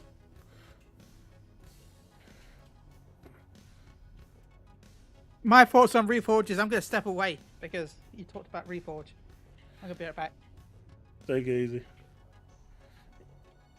Bullets, you might be out, but the majority are still going to buy it. This is the problem. And yes, Game Pass does give a lump of cash. It basically removes the risk that these developers have. And it works, it generally works out very lucrative. I mean, which game was it? Guardians of the Galaxy. Microsoft paid $50 million for that game. I think they paid like $150 million every time, or $200 million every time Grand Theft Auto comes onto Game Pass. The game's worth like £5 now. Just go buy it. And people are saying leave it full time on Game Pass. It's $5 for God's sake on sale. Just buy it. Why are you waiting for it to come back and leave and come back and leave? It's so cheap.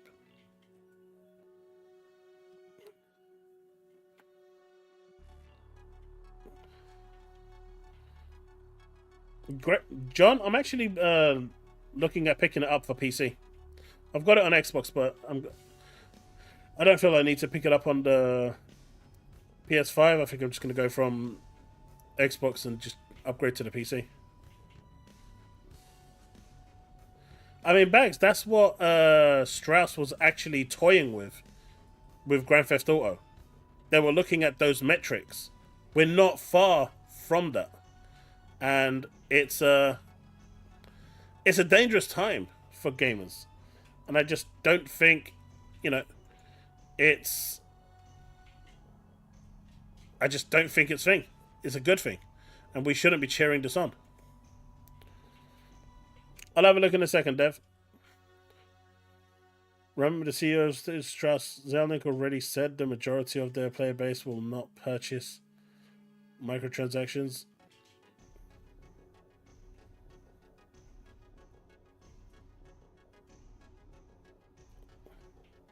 I mean, the problem is they make enough from those shark cards to fund GTA and more.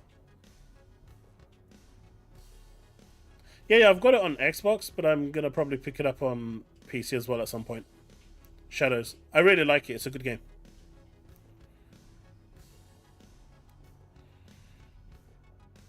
Yeah, Susanna. I remember that interview. It was during an earnings call, actually.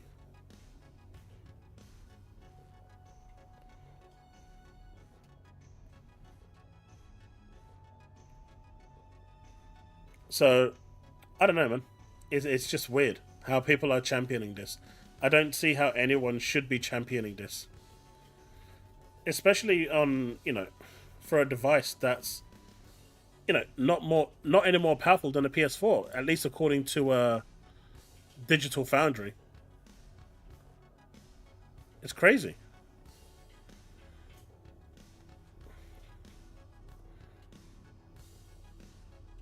And then re-releasing old games at $70? Are you crazy? It's not exactly pay per hour, but I still remember when Resident Evil 4 came out on Switch, and you couldn't buy it. You could only rent it. I mean, Bags, gacha games have skins for up to $100. But those games are aimed at whales anyway, so you know.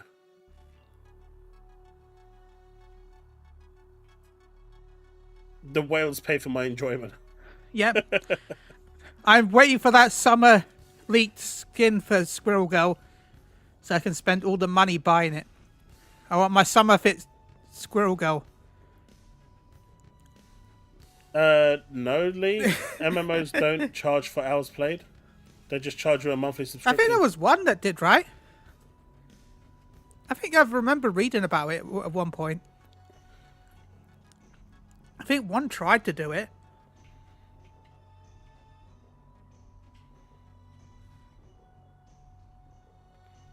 I mean, it might run Star Wars Outlaws, but at the end of the day, at what resolution is it running it at? Not upscaled resolution. I mean, internal. Ventura, that's where it's leading to.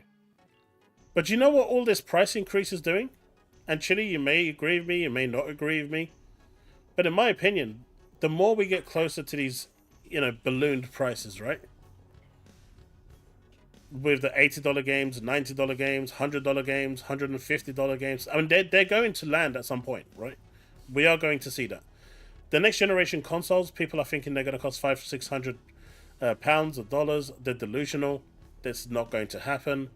They're going to probably start around $800, £800. That's going to be like the base units for the PS6 and the next generation Xbox. All this is doing is helping Microsoft with Game Pass and cloud gaming. It's just pushing people to play the games they want to play through a subscription service on the cloud because it's just way cheaper. Why pay $800 to $1,000 for a console when you can just get all of that for £15 a month on your TV or on anything else that's wired into your TV? Pending you've got a good internet connection, of course.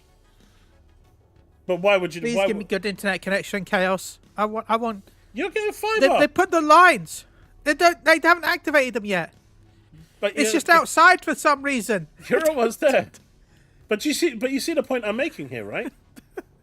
Microsoft will win from this because more people are going to go and say, we want subscription. Now, if Microsoft is smart, what they will turn around and do is not increase the price like PlayStation just did with PS Plus in over, 15 countries for whatever reason, because we provide the same value but want more money. They haven't provided any extra value for the last two price increases. None at all. At least provide some value if you're going to raise the price. Now, I had someone on X turn around. It's probably because of the currency, right? The currency exchange is probably what caused the price increase. There is no shot reason why PS Plus should be half the salary of a standard worker in Turkey. No. Right now, I'm paying for my daughter's PlayStation Plus because it doesn't cost me as much, but for them, it's half their salary a month. Half. That's insane for the average job over there. That's just, like a supermarket worker. That's crazy. Yeah. There's no excuse for that. It's just greed. But there's not even, when they're doing that, they're not even adding any value to it. At least with Game Pass, you're getting day one games. Well, day 5 or 3 or 2, depending on what the early access is. Yes, I'm going to put that in there. I don't like early access. But do you know what I mean? At least you're getting that day one value. And you this year we're getting a lot of games that are dropping day and date. Be it first party or third party. It's crazy. But Microsoft, if they're smart, will maintain that price point, make it easier to get into cloud gaming, and I think, was it Steve that sent the thing around on Discord that LG TVs are getting the Xbox Cloud app, so more panels are now getting the Cloud app. If they're smart, they're going to go down this route and push it really hard, keep the price aggressive, and by the time the next generation lands, when those prices are $800 to $1,000, people are going to say, nah, no way in hell. They're going to look for alternatives, and cloud gaming is going to be the first thing they go for. And whoever offers the best deal at that point, that's when you're going to see the true birth of cloud gaming.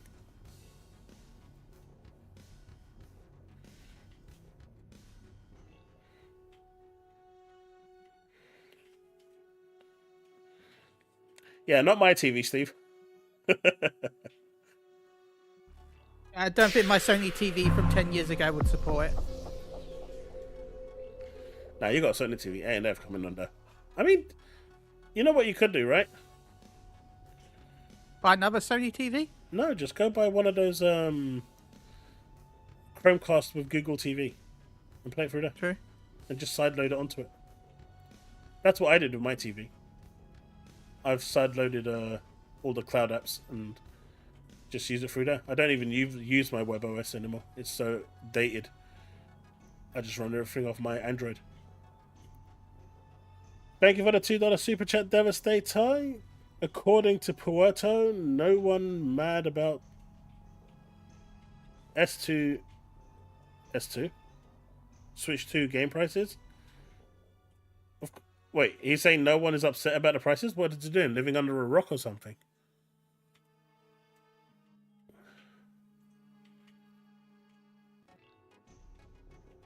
That sounds crazy.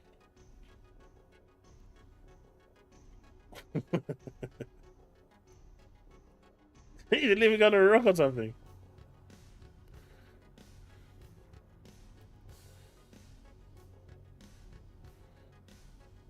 And they say, but yeah.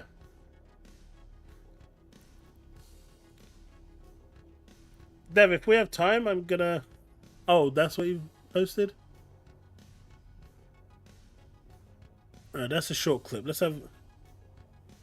Are these short clips?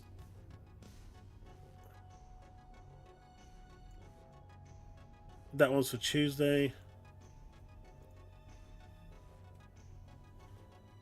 How long is this one? And if we've got time... Oh, that's not supposed to be there. Alright, if we've got time before the end of today, I'll check this one out. At least it's not DCG this time. Let's see how fruitful it actually becomes. But yeah, so the price point, in my opinion, is... You know, people just need to push back. The idea of variable pricing is dangerous. What Nintendo is doing is crazy. And, you know, the bottom line is, it's going to sell out. And people are going to buy it. And normal service will resume. We're heading into dark times.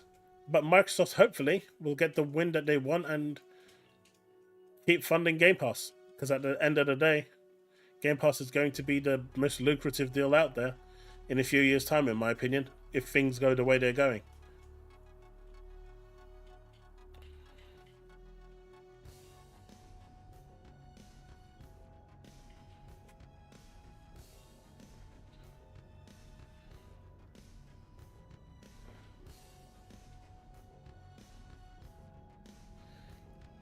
Yeah, I think the console prices for the most part are okay. I still think the US one is a little bit pricier than it needs to be, but that's for the reasons I've already explained. £400 for the Switch console, I think is fair. But if anyone thinks that the PS6 and the Xbox Next is going to be £500 or £600 or dollars, don't think that. Get that idea right out of your head. After they saw the PS5 selling really well, above expectation, at $700-800, most people bought it with the drive because the drive was sold out everywhere and was one of the most hard to find stuff. Even though scalpers did pick it up. You know, these things set precedents. And you can kiss the $500 and $600 consoles goodbye.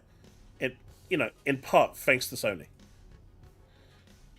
And maybe what we're seeing now with the $450 price point or the $500 price point is inspired in part because of Sony's pricing. If they're willing to pay for that for a PlayStation console, why not for a Nintendo console? Companies will look at these and, assess these situations. If they believe that they're offering the value, they believe that they can get the money, they will push the boundaries as much as they can. It's business at the end of the day. You know, they don't care about your feelings. Feelings don't come into this. Your opinions and everything else. The only way you can make an impact on something changing is if you don't buy it. But you need everyone to not buy it. One person not buying it is going to do absolutely nothing. Because when you don't buy it, and that's the last one in stock because you didn't buy it, the next person in line is going to buy it. It's a slippery slope. So unless collectively no one buys it and it flops and all the shops and retailers and everyone has got tons of Switches day one with no one buying it, Nintendo won't do anything. It's just simple logic, really. It's just the way it works. But gaming prices do not need to increase. That's my opinion. They just don't. Anything you want to add to that, Chille, before we move on to the next topic? Nope.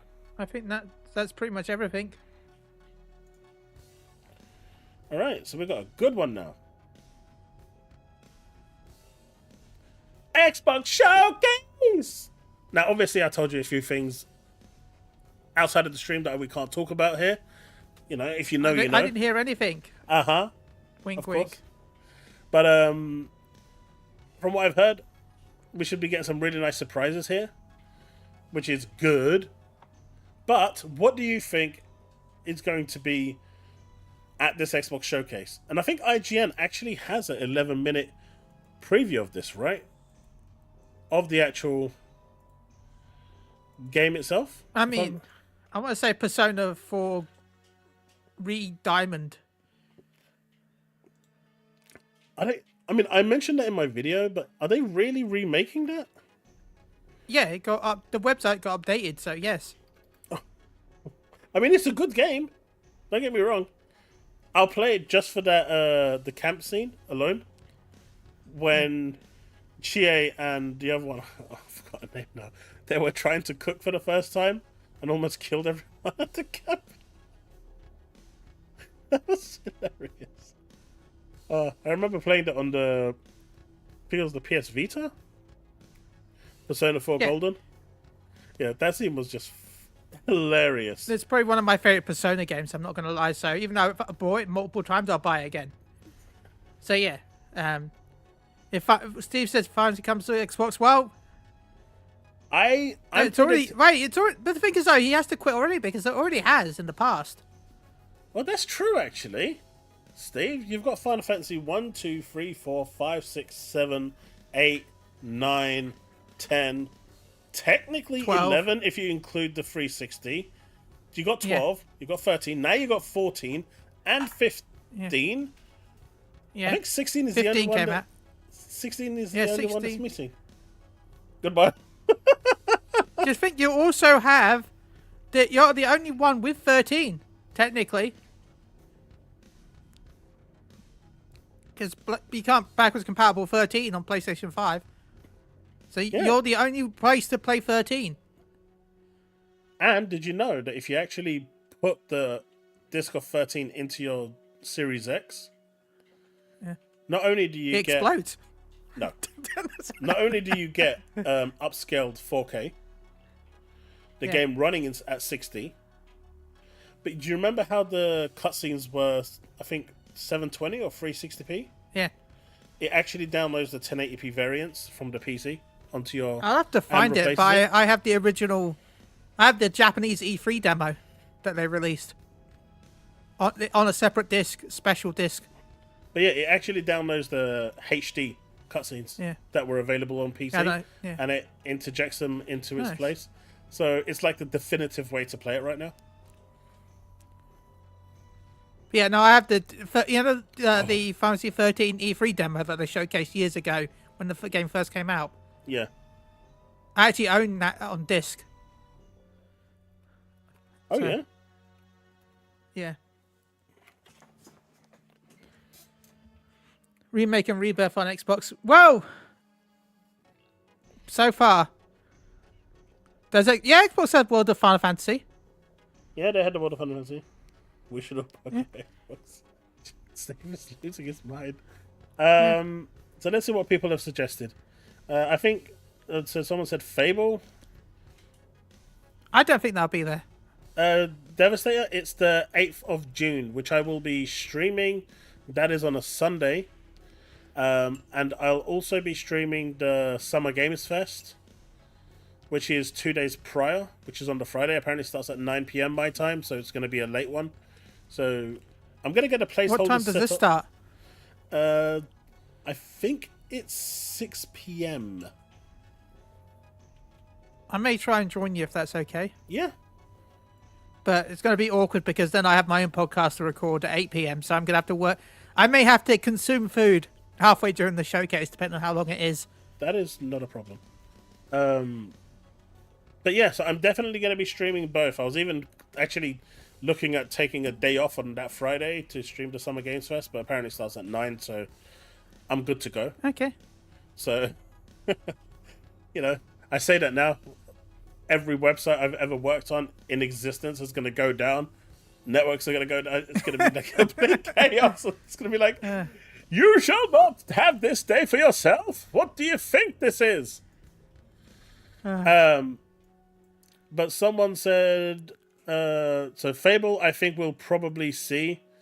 When is ZZZ's anniversary? I'm not quite sure, but I think on the 12th, we're seeing the Xbox Showcase version of it. They're releasing, although I hope Dragon Quest 12 is there, even though I was hoping it'd be at Switch. But I think E-Day will be there. They're going to show some more E-Day. I think that's a good place to show it. Oblivion's going to shadow drop. Oblivion's going to shadow drop. That's painfully obvious now. I know people are. Yeah. I've seen like so many people making videos on that. It's like at this point, it's so obvious. Bulletskill, I don't sound too morbid, but I really hope Dragon Quest 12 is there because I want the game to come out before everyone that makes it dies. I don't know if you know who makes Dragon Quest, Chaos. I. The composer passed away a few years ago. Yes. And then, of course, we all know that the designer passed away last year. Toriyama. Because it's Toriyama. Yeah. So, 2 of the big 3 of the game have passed away. So I really want them to release. I really don't want any more deaths with the game. I just want them to be okay. Please just release it. Unless that's part of the curse. Who knows? I want because there's 3 people that work on it. Like there's, so yeah. Well, hopefully. Well, there's more than that, but like that, there's the 3 big names, should we say? Xbox. Oblivion is not a niche game to shadow drop. It isn't a niche game, but from what I'm hearing, what they might be doing, like I don't know if it's true with Oblivion, but what game was it recently? It came out on Xbox where they ported the whole Ninja Gaiden, right? Yeah, they Ninja Gaiden. They shadow dropped Ninja Gaiden too. No, but it came out on Unreal Engine, right? Yeah. But they ported the whole engine into Unreal. Yeah. I wouldn't be surprised if that's what they're not trying to do with Oblivion by trying to port the creation engine into Unreal Engine. I hope not. I can see it though, with how much they love the creation engine. I know, but it would really destroy the mod scene. And that's what really holds Oblivion and these Bethesda games up to the standard that they're at. Because none of them actually release in the best place possible. It's usually the mods that come after that adds everything around it that And makes I'll admit, them stand out. That's why I dislike those games. I'm sorry. You shouldn't have to rely on mods to make your game good. They should be used to... They know that whatever they release the game in the state to, they know that they can rely on modders to fix everything for them. And I'm sorry, that's why I really dislike a lot of their games. Like, you shouldn't be going into development relying on modders. I don't think they're going in relying on modders. They are. It's all it's all a bit of time as well, right? They are. I think. They are. Well, look at it this way. there is how many people working on that project? 500. Not all of them are developers. If you're looking at that 500, you've probably got what, maybe 70 of them being project leads, producers, right? Then you've got the whole marketing side. In terms of actual developers, from that 500, you're probably looking at maybe about 200 people. How many modders are there out there compared to those 200 people? And then you've got the QA, Oh yeah. who are probably at most, what, 50 people? Compared to the millions of people playing it out there and seeing things differently. And don't forget, at the end of the day, even if the QA raised bugs, I know this from experience where I was raising issues when I was working in the games industry as a QA person. They, the leads just turn around and say, no, we're not fixing this, we're not changing this, we're not passing this on to the development team. It could be financial thing or timing. There's a lot. There's Whereas reasons for it. the more people out, when it goes out to the wild, it's a completely different story. Like, for example, I don't actually remember the bug right now. Well, I think I do, but I'm not going to say what it is.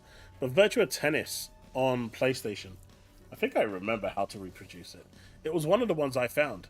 There is a way to hard lock that game, 100% guaranteed, and it was never fixed. And it's really easy to do, but there never was a fix because you didn't have the whole day one patch thing back in those days. Right? It didn't really exist. So it went. They had a choice of basically fixing it, potentially missing the deadline and releasing it like a week late, or releasing it as is and meeting the April financial deadline. And it went out. Even on the PSP version that I was working on, there's a way where if you do certain things on a certain game that I was working on, if you do it in that exact order, which I would, it takes a good effort to do it, by the way, which is why this one probably was thrown out. But the actual screen you're looking at, it starts floating off screen, and you're just left with a black screen. The screen itself just goes off screen. But there's like crazy bugs that I was finding, and it's not always down to things. It's all about budget, finance, and everything else. But the number of people that you have working at the game is nowhere near the quantity you have with people outside in the modding scene. And I've told that a lot of people in the past as well. Like, I have said that myself, but there's certain companies where they know that people are willing to mod their game because of how their communities are. That is, they know they're releasing because of that, and it's frustrating to see, for me at least. I think Scalebound is not going to be there, but I'm always holding hope because I know the dude wants to make it. He's openly appealed to Microsoft a number of times where he wants to make it, and Phil, I'm not sure if Phil ever did get back to him. We won't know until we actually get a drop. Someone said Banjo-Kazooie. That would be cool. I'm still on two minds. Counter Donkey Kong. No. Like, how well did Croc do? Croc recently just came out. Does anyone have any numbers for Croc? I didn't even know if it was released. I forgot it released, to be honest. And now it released. Perfect Dark, I think we'll probably see something for. Quantum Error's coming to Xbox? No. Steve is just in full troll mode today. But I tell you what should happen. Quantum Break 2. The good game. That game had its, I think, 9 or 10 year anniversary. And it's a shame. 2-1 up to United. Awesome stuff. I brought Croc. It came out last Tuesday. I'm going to pick it up. Though I was more of a Gex guy. Is that out? Is that out yet now? I can't remember if that's come out yet. I'm not sure. And only because the actor insulted me that one time. Spider-Man coming to Xbox? I don't know. I mean, I've seen a lot of people cheerleading Marathon coming to Xbox, but that's like a Bungie thing where they agreed to it. The beta should be this weekend, right? On the 12th, yeah, it should be dropping. Yeah. Shadow dropping. I'm excited for that. I'm excited to see how much it's going to burn. I don't want it to because Bungie need a win at this point, but I think extraction shooters are just too late. I think we've just gone past that era. Even if you look at the big games like Tarkov, they're just not doing as well as they used to. And I think it's a... Venture, World of Warcraft console port. The issue with that was the fact that mods. We're going to go back to mods again with that, but for a different reason. There's so many... Unlike Fantasy 14, where a lot of the community are against mods, World of Warcraft, if you're not using mods, you're not raiding. And only certain ones will be actually allowed onto the Xbox ecosystem. So I really feel like World of Warcraft console would be a problem. Bass, what wasn't coming to Xbox?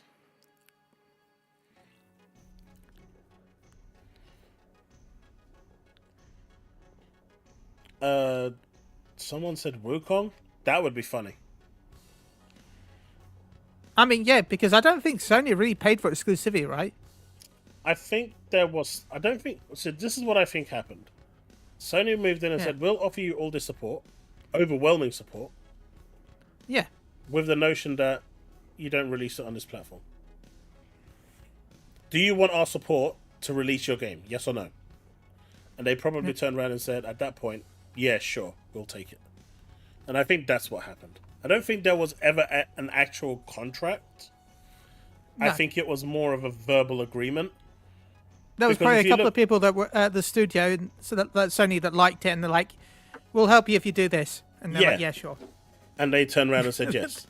It's because that I believe, right? That I'm fully believing is what Sony did, because they went to Pearl Abyss. And they wanted Crimson Desert to be exclusive. They said you can release it on any platform but Xbox. That's the exclusivity deal that they offered to Pearl Abyss. Yeah. And Pearl Abyss said no. We're happy. We want to release it everywhere and see what we can do. There's no reason to make it exclusive. It's still going onto your platform. Right? And in my opinion, when it comes to these third-party games, that should generally be the case. It's only first-party games that if you're going to keep exclusive. Third parties should just go everywhere. Okay. I think it really depends on the... I can't agree with you there exactly. I think it really depends on the game and the company. Like, if you're talking EA, Ubisoft, and all that lot, then yeah, I agree it should be on everything. Or even Square. But, if you're a small indie developer with only 2 or 3 people... I don't see the issue with accepting money. Well, accepting money to publish. I'm not saying what I said was, applicable to everyone. It's like if you look at what Phil Spencer said, with games going to PlayStation and other platforms, we have studios that are only capable of working on one build. Yeah. Those games won't be going to other platforms. At least not day and date. Because they just physically can't do it. But then you've got other companies like that Souls game that they came out with. Contrast, Ultra, whatever it was called. Lunatra. I can't remember. They decided that they wanted to try and console war and basically make a whole public malarkey about it. A big hoorah on how they're dropping Xbox for the launch. And eventually when they released it on Xbox, I'm happy that no one bought it. If you're going to play that game, you deserve for your game to fail on the platform. So I'm actually quite happy. I mean, obviously this means that future games won't land, but at that point, I don't care. I'm really happy that the Xbox community actually stood firm and just ignored the game entirely. Because if you're going to play that game, you deserve your game not to sell on the platform. Now, if you openly say that we can't do this, we can't work on this many platforms at the same time, and we're going to have to do a staggered release, that's different. Then you go for the one that's going to make you the most profit first, that will fund the rest of the development. That I can agree with. That makes sense. That's logical business. But some of these companies don't do that. They try to use the whole, we're dropping Xbox as a way to gain fandom, like the Quantum people. And that didn't work out well for them, did it? I can't remember the name. It was an indie game that came out, and it clearly didn't sell it. Like, when they finally released it on Xbox, no one cared. I don't even think a single magazine, website, or anything covered it. It was just dead on arrival. And that makes me happy. Because I don't like that sort of thing. It's like, what was it? Callisto Protocol. You remember the situation with that, right? Chille? Kind of. So, Callisto Protocol, they deliberately made the Xbox version worse on release, so the PlayStation 1 could shine. They took away the reflections and everything like that, and just made it worse. So when Digital Foundry was going over their analysis, it was all pointed out. The patch was sitting there waiting. It was fixed in 2 days. Right? The patch was there waiting. They clearly did this deliberately. And so the Xbox community turned around and said, you know what? Fine. Keep your game. See how much PlayStation can carry you. Guess what? It didn't really carry them. And they lost half their workforce. Now, I feel bad for the workforce. Don't get me wrong. I don't ever want a studio to shut down. But if your company's going to do this sort of scummy shit, you deserve it. That's my opinion. Inotria. That's the one.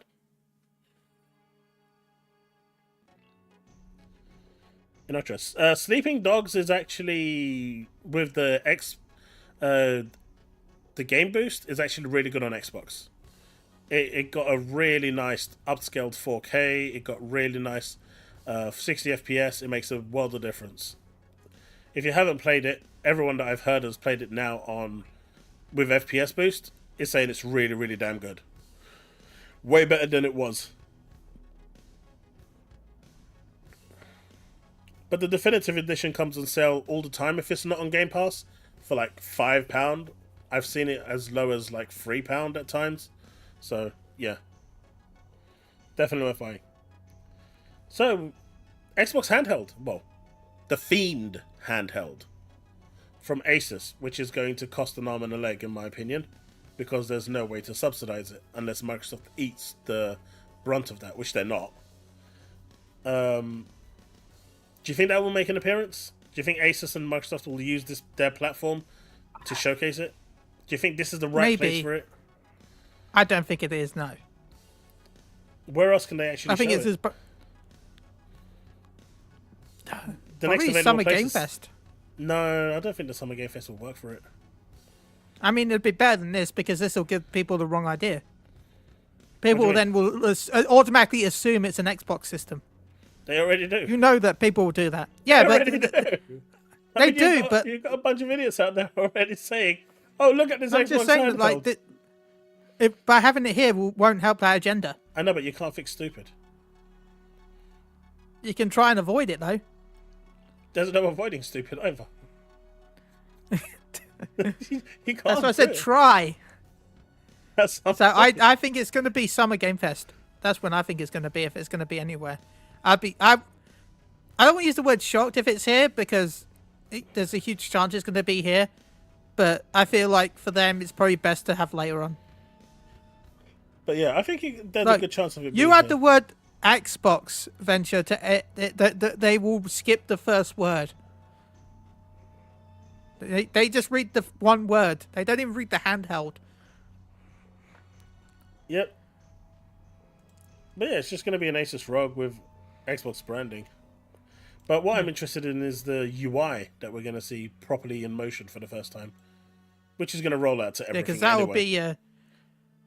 That's the USP, right? If it is the only one that's going to get it, which that's what Microsoft likes to do at the very beginning, they give features exclusive to one brand in particular, which is stupid, but I'm not going to get into it. That would probably be its USP.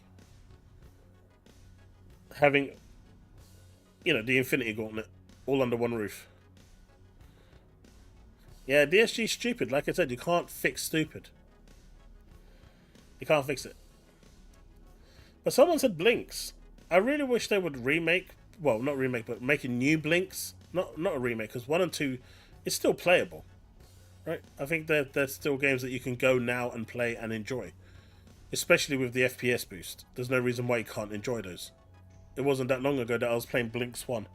And it played fine. I mean, it could have done with refined controls a little bit. But overall, it was fine. But a new Blinks could work.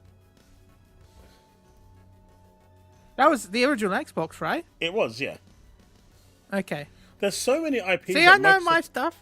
Microsoft can leverage. It's just there's so many IPs that are so radioactive at the moment is the word I guess I should look for. Because platformers, a lot of people want them, but a lot of people don't buy them. And that's the problem.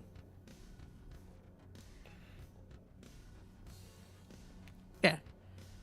You know, And that'll be the benefit of Game Pass, really. The fact that they don't have to buy it. They'll be on the system day one for them to play it. but at the same time, it needs to. Well, I guess as long as people are still subscribed, that's one thing. But it needs to start. They need to start making games and releasing games that are attracting new customers. There's only so long they can stay stagnated at around 40 million, 45 million. I think they're probably reaching around 50 now. But you know, they need to start pushing Game Pass a lot more. It just feels weird that they're not doing that. They've got all of these crazy Play Anywhere, Game Pass, cloud gaming, but you just don't see them pushing anything. And I think they really need to start doing that. Like, I work in a tech company and there are people there that don't know what Game Pass is. If you're working in a tech company, that should be one of the things that people, I don't know, it should just roll. And they're working on projects with Microsoft, but they don't know what Game Pass is. This is what I'm talking about when I say the awareness just isn't there. And it needs to be. Psychonaut would be another good one.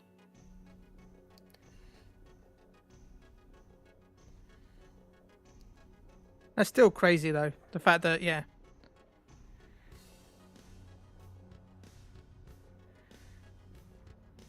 I don't know, Gray. If the Extreme 2 can run Switch 2 games as well, maybe the Extreme 2 might be a better option. Nintendo, don't sue me.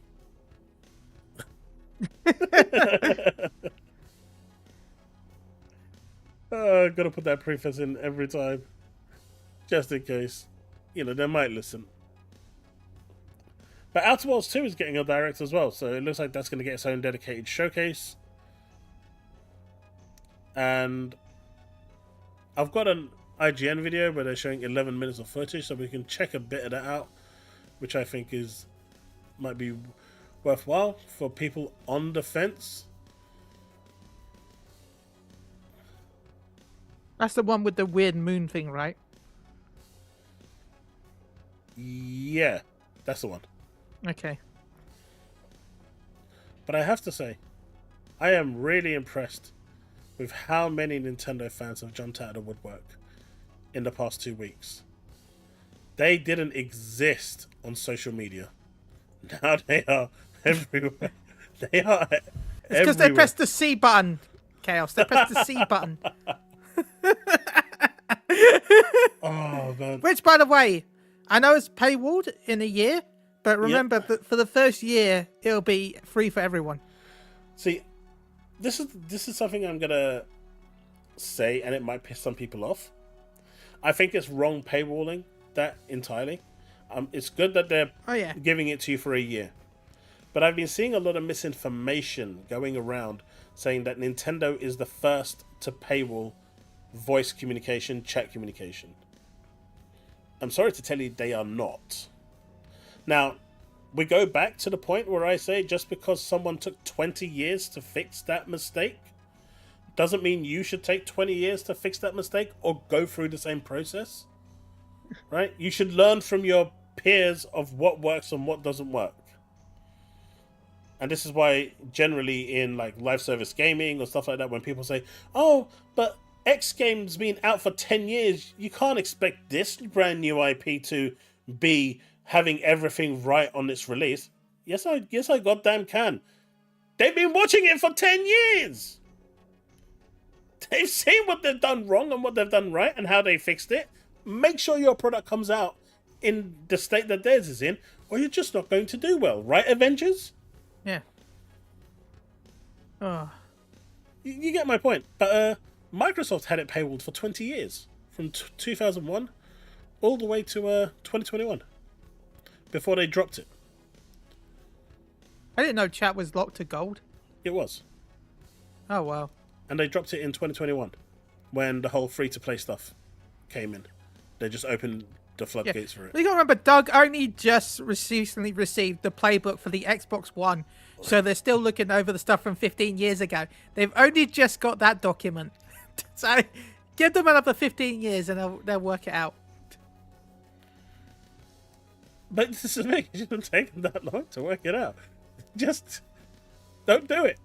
But I think I saw your tweet the other day when you turned around and said, you know, a lot can happen in a year. I think by the time the following year comes, it's going to just be... I'm hoping they'll just drop it. They'll just drop it. They'll come out with a thing saying, do you know what, guys? We've listened, we've heard, and they're going to try and use this as a good PR move and say, we've heard your messages, we've heard your voices, we are going to give you what you want. And then everyone's going to be, all hail Nintendo! Sony and Microsoft could never. And we're going to go back onto that train again. It's free PR. It is. Literally nothing. I mean, isn't it the way that it usually works? You create a problem that was never there. Yeah. Fix the problem. And get the benefit. You're the best. You're the best, Nintendo. Now go wash your mouth. It's okay, but you can also, enjoy it with your new 420p cam. Titanfall. Sorry, before we move on to Yeah. I still can't believe they got the guts to sell a camera that's 420p. Hey, look, what, you don't like 420p? You know that, right? No. It's 50 quid. Oh, I know. You've got phones? It's so cheap. I'm not sure where I'm going with this, but you got phones, right? 480p, yeah. No, yeah, it's a Hori brand. It's not even Nintendo. It's a Hori brand 480p camera. Yes, Susano, that's the resolution. Yeah, that is the resolution, Susano, of the Piranha Plant webcam. I think there's others as well, right? But I just know about the Piranha one. What about the Nintendo one, official one, the standard Nintendo one? one's is 1080p, I think. Okay, that's the £50 one that I was talking about. Yeah, that is. But the Piranha one, which everyone wants because it looks like a cool piranha, only has a 480p camera. Legend. Clearly, Nintendo's like, man, we've got so many of these Game Boy Pocket cameras in stock still. We'll just ship them out. What did Steve just say? Dude, this isn't that type of a show, man. What did Steve say? This is not that type of a show. What you and Paul do in your own time, please. It's because Paul keeps talking about the fact that he's had a huge Chinese meal. Right? Shh, I'm trying to make it awkward for him. Look, I haven't had Chinese in about a year and a half, so I'm jealous. I had Wagamamas today. That was glorious. But no, 480p is crazy. But at least the official Nintendo one is thing. Do you know, I went to buy another Xbox controller the other day. Yeah. I went to buy the Red Cypher one. £70. I was like, I don't really need it, do I? I mean, I do actually need one, but at £70, I think I'm just gonna go. I'm gonna wait for a sale on the standard black ones because I want one pair. I've got two controllers. I've got like the Xbox One controller and then the Series X. But my Xbox One controller started to drift, so I can't really use them. But I just want to have the PC and Xbox One separate, so I don't have to constantly be syncing them. Yeah. So I like, red is my favorite color, and I saw the Red Cypher and I was like, yeah, this looks really good. And then I saw like £70. Yeah, it doesn't look as good as I thought it did it? Well, to be fair, I just bought another one of those a few months ago. I like my DualSense Edge for like Marvel Rivals and stuff because of the buttons at the back. Yeah, makes it easier for me to. So my Edge stopped working, and I'm like, I tried everything, right? I tried resetting at the back, So I panicked and ordered a new one from Curry's with next day delivery. Pay over time, so I didn't have the money at the time. Guess what? Next day, the controller worked just fine. I don't know what happened to it. So yeah, nah. It Thanks. saw that you were Thanks. synced. It was being abandoned. Yeah. Forever, Paul. Forever. It's like, do you remember the Dreamcast? It kept the spring inside, the kind of sponge. Over time, it would wither, and it would basically make your machine reset. And you had to basically open it up, replace the sponge. Yeah. And at one point, I got so pissed off with my Dreamcast. I picked up the hammer and I put it next to it. I said, reset again, and I'm going to smash you. It's been working ever since. It did not reset ever again. I just placed the hammer there and I said, go on. I dare you to do it. I double You know what? One dare second. you. I want to go find something. And it just stopped resetting. I'm telling you, Skynet is everywhere. That is proof.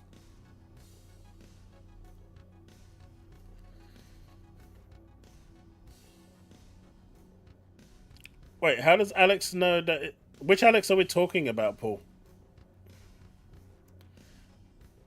Do you know what, Woodpit? It worked, didn't it?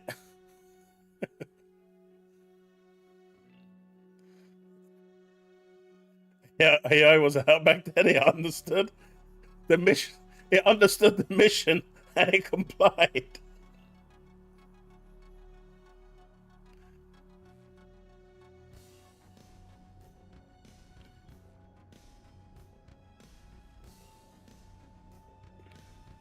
I think his head just gone off to get something real quick. But while he comes back, Titanfall 3, there's been crazy rumors going around Titanfall 3, from the game being almost finished development to other sources coming out confirming that it's not even in development. But apparently one of the Titanfall 3 leakers, Oddworld, recently shared some information about the game. It's being developed in Unreal Engine 5. Well, let's be real. That's not really a leak or anything. At the end of the day, anyone can make that guess in today's day and age because everything is using Unreal Engine. Development is almost complete, so that's interesting. It features a single-player campaign. It will have a live service component with battle passes. Once again, that's not too surprising. The main mode is extraction, and other modes include team deathmatch, control, arenas, and all the classic modes from Titanfall 2. So you can expect it to be, hacked to living hell day one. It also includes a weather system. But others are, closer to the company and closer to the studios are saying that it doesn't exist. What do you think?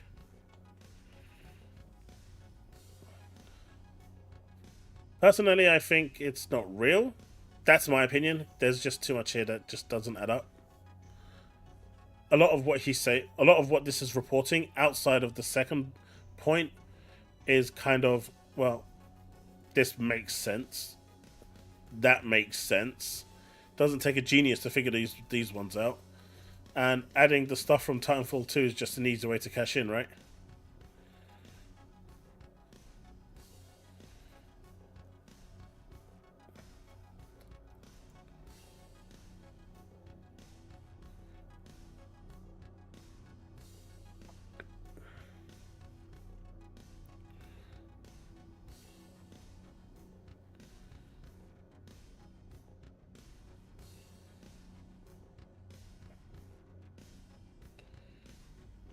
Respawn said they have no interest in reviving the franchise, and most of the staff moved on to other studios or Apex Legends. For me, I know that they're working on Apex Legends, right? Because that was pretty much the spiritual successor of Titanfall.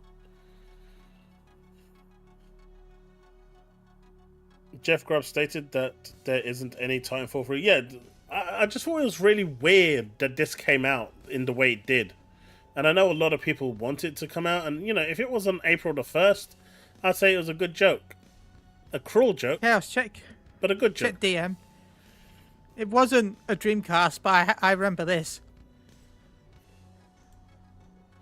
Oh yeah, I actually have one of these. Did I have one of these? I think I did. I'm not sure. I know I've used it. I'm pretty sure I had one. The good old Pocket Station. Yeah. But do you know what I actually found the other day going through my boxes? I charged it and it works perfectly. The battery life is so What's good that? it lasts longer than my Steam Deck. Well, it's not a Game Gear then. No. That lost face. You put. Mate, I remember the Game Gear. I remember the Game Gear. I had Duracell batteries. I plugged them in, and after 30, what was it, like 10 minutes, the red light started blinking. No, I found my Vita. Oh, wow. I I've found got those Vita, on my cupboard as well. and I need to buy a new battery for the PSP, though, because I had to throw it away recently. Yeah, I found my Vita, put it on, and had a bunch of games on there. Yes. And Did you put... No, I was taking a picture of the Pocket Station, Paul. I started playing the Third Birthday, which I always wanted to Nice. play. I think certain games like that should kind of be ported over to the bigger screens. It'd be nice. Yeah, the slightly less copyrighted version of Parasite Eve.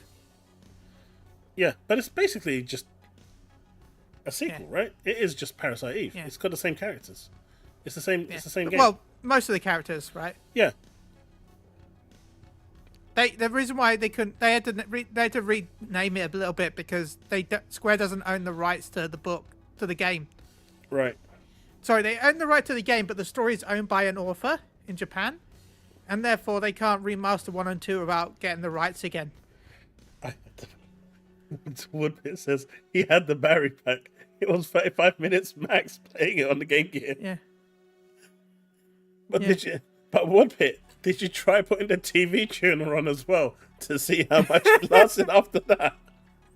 I can tell you that TV tuner actually consumed the battery as well. I also have I have a PS TV as well somewhere. Chille terrible photo, sir. You mean one of these? I'm sorry. Yeah. Do I have any games in here? I'll be honest, I didn't really use it as a...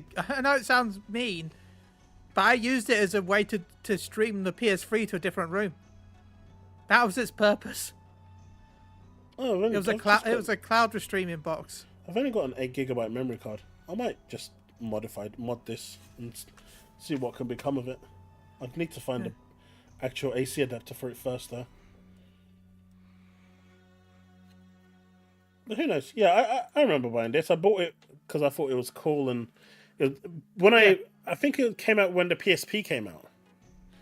No, it came out a little later, but I liked the idea because it was because it has remote play, so you could use it as a cloud streaming box for your Yeah, so I might actually try and mod this, because you can mod this apparently to the same way as your Vita mod. It does the same thing now. Nice. So I might give it a try. But yeah, this Titanfall 3 news is it's a shame it's probably I'm fake. excited and really. I don't remember playing 2, but I enjoyed 1. Titanfall was a good game. It was a good game, and that's why people want a third one. I believe everything until they got to the live service part. I don't think they would do a live service just because they've got Apex already. Well, let's look at it this way, right? Number one, it's being developed in Unreal Engine 5. I mean, Yeah, I could have told you that. That's just default. That's default, right? It features a single-player campaign. Again, I could have told you that. Yeah. And this last one, it's EA. Did you honestly expect them not to have something there? Even with Apex Legends? I don't know. I don't know. I don't think so. I don't know. I would have thought. I don't know. No, I mean, don't think they would have. I That's would. just me. No, EA is going to monetize everything they possibly can, and if it's got a multiplayer mode, like Team Deathmatch and stuff like that, they're putting the battle pass in to keep you playing. If you're not playing Apex, because not everyone wants to play an extraction shooter, right? And Or a battle royale, sorry. Because that's what Apex is. A battle royale. These are different game modes entirely. These are aimed at different audiences entirely. So that By the way, actually makes a lot more sense. can I plug a friend? If you do enjoy Apex Legends, I do have a friend that streams it occasionally. Yeah, go for it. Robbie underscore Landis. You might know him actually from Final Fantasy days because from Limit Break Radio.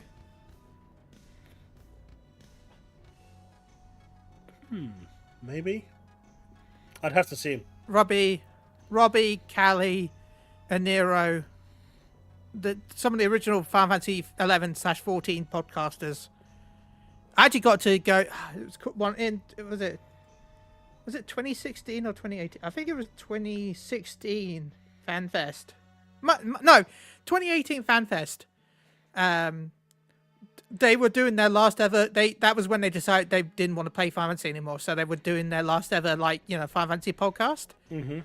The esports pyramid in Vegas. Yeah. The massive. They hired it out, and they had like a private party inside the esports pyramid where they did the last ever recording of Limit Break Radio. At the time. Interesting. I was do lucky enough to remember be. Limit Break. Yeah, I was lucky enough to be on that esports episode Yeah, I remember. because I was in the area. Yeah. So yeah, it was There, I was there with RVP, Flatters from Motion Radio, and I think the two people from Gather Together are also there. So yeah. Oh. Cool stuff. But Yay! Indiana Jones is getting a new update with new features that wasn't previously Ooh. available. So apparently we're getting for those that are still playing it or are about to play it, there's going to be open season adventure books. Hitting an opponent with the whip temporarily causes them to take more damage from subsequent attacks. And sleight of hand lets Indy pull an enemy's weapon towards him after disarming them with the whip. Those are actually pretty cool. I'm going to go in and I might actually load it up and see if we can actually buy them. I wonder where you can actually pick them up though, or where they actually drop from. That's going to be interesting. A bunch of quality of life features. You can choose to disable the centered dot on the HUD. I never really noticed it in the first place. We've added an always allow skipping cutscene option. Letting you skip cutscenes even if you haven't watched them. Why would you want to do that? Why would you want to skip the cutscenes if you've never watched them? I can get it if you've watched it. Some people just don't want to watch the movies. But then those same people complain, I don't understand what's going on in the game. And they'll also then complain that it's too short. But they do exist. Players can disable the stealth vignette around the edge of the HUD while Indy is crouching in stealth. You can cycle between local maps levels when viewing the journal in lowered mode. That was a feature I actually wanted when I was playing it. You guys are going to get this. Players will now see slightly more of the map while the journal is in load mode. Again, that's going to be really useful, depending on how much they actually allow you to see and what they allow you to see. Because some of the items... Okay, I like the next one. I like the next one. Some of you told us that you don't have Sorry. much use for the repair kits. Well, now you can throw them at your enemies. Repair this, sucker! Honestly, what I used to do is, with the gun that you have in the game, yeah. Instead of shooting the enemies, I used to flip it round and just whiplash them until it broke. And just repaired it. Good night, Paul. You call that a gun? This is a gun! I don't love DCG! We have added a timer for the combat HUD around Indy's health that lets you know how long it will take for alerted enemies to call off. That's actually a really cool one. That's the PC version now supports the PlayStation DualSense wireless controller. So yeah, all of these are basically in time for the PlayStation Thanks, release. Microsoft. If you are using PlayStation or Steam Deck controllers in the PC version, they will now show up as the controller config menu. You can now bind a key to toggle the high contrast mode on PC. Several new Blind tutorials mode. have been added. Fuck, there was already enough tutorials as it was. You don't really need any more. Trust me, you don't. Tutorials are now given explaining how to unlock, activate adventure books. Jesus. Chaos, you don't understand how dumb people can be. It's press a button. It's literally press a button. You don't understand how dumb people can be. I do. There's Nintendo fans everywhere. I look at me, Cat. Look, I was like, when I was doing Monster Hunter last week, luckily I was in a voice chat with people. I'm like, oh my god, I'm not barrel rolling. How do I do it? And they're like, look, Chille, it says at the top right of your screen, circle. So there's people that do that. I know, but tutorials doing how And to I did buy it. health or stamina upgrades. Or we've added a tutorial on how to blow away scorpions at the end of the Giza level. I mean, you just need to crouch and put the light towards them. I mean, the girl literally tells you, quick, grab the torch, put it to them. How much more tutorial do you The menu to purchase or unlock adventure books and map information booklets has been improved to give clearer information about unlock costs. It was clear. There's nothing that was not clear. We've recorded new one-liners for Indy during fights for... that takes the piss. That takes the royal piss. As an Indy fan, out of everything they've done here, that one is Now probably... you got to play again. That one is probably my most annoying aspect of it. Yeah. We've improved ray tracing global illumination on all platforms at no performance cost. Contact shadows have been improved, helping objects appear more grounded in the scene. What do you mean Have you not it's for seen the people IGN like guy me? play Cuphead? For people like me, right?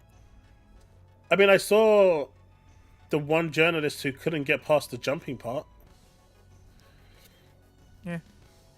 I think that's who he was referring to. Yeah, I remember the Cuphead person. He couldn't. He Going couldn't. over to PlayStation, this might be required. Yeah, but like something like this, which I would have appreciated as an Indiana Jones fan, being a fan of the movies and everything else. I still have never watched a single one.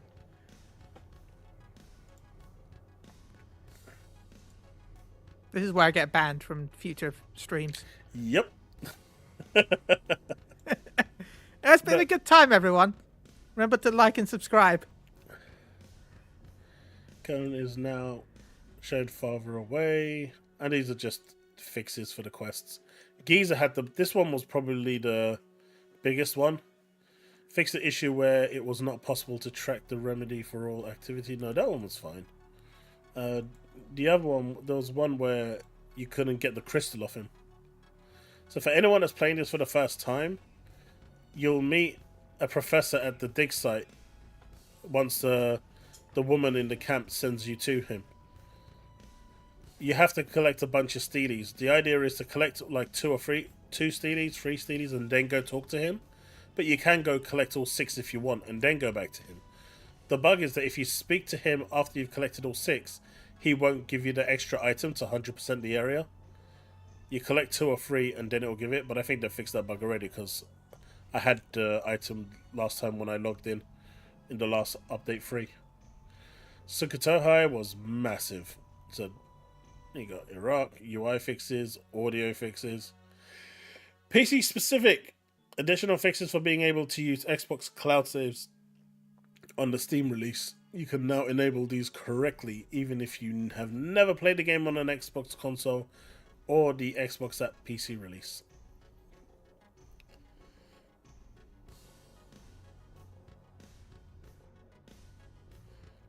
Chille, apparently you lost a bet to watch them. Hey, look, Chille, I appreciate the yellow paint. I have nothing against the yellow paint. I love the yellow paint. Okay, give me more yellow paint, damn it.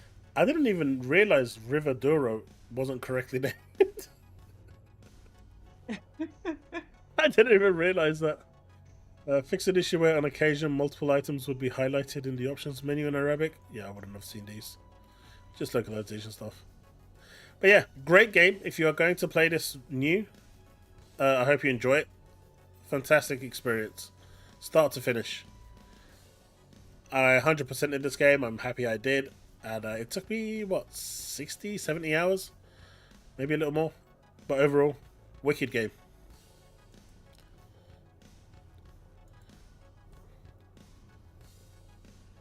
I hope for more. But yeah, Chille, apparently you lost a bet some time back to watch them all. How have you not watched them all?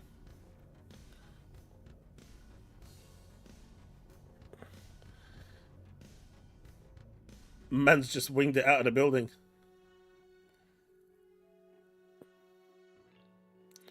It's even better now. It's coming to PS10. Oh, this is that age-old thing, right? With Sea of Thieves, where people are upset that Sea of Thieves got a higher rating, 7 years down the line than it did on dev release. It's just not the same game. But that still takes the piss. But it's not half not expected.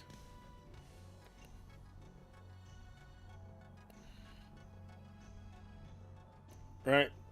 It's not half not expected. So apparently there's some exclusive footage of the OuterWorlds. I'm not going to watch all of it, but I thought we could check some of it out and see what people think. Welcome to our latest IGN. So this is First, and it's all the about the IGN OuterWorlds First, as 2. they always This have. Is the very first look at its gameplay to kick off our exclusive 11 coverage minutes of throughout the month gameplay April. for I got to OuterWorlds. visit the developers at Obsidian to see the game itself, interview them about how it was made. and He get saw what insight Brick on said a ton and of its new decided features. that that was So it. keep His an eye time out was for up. deep dives in the coming weeks. But for now, enjoy this look at Oh, a what's quest going that on? My takes you planet through needs the me. Enway facility, where you'll see many of its new gameplay systems in action.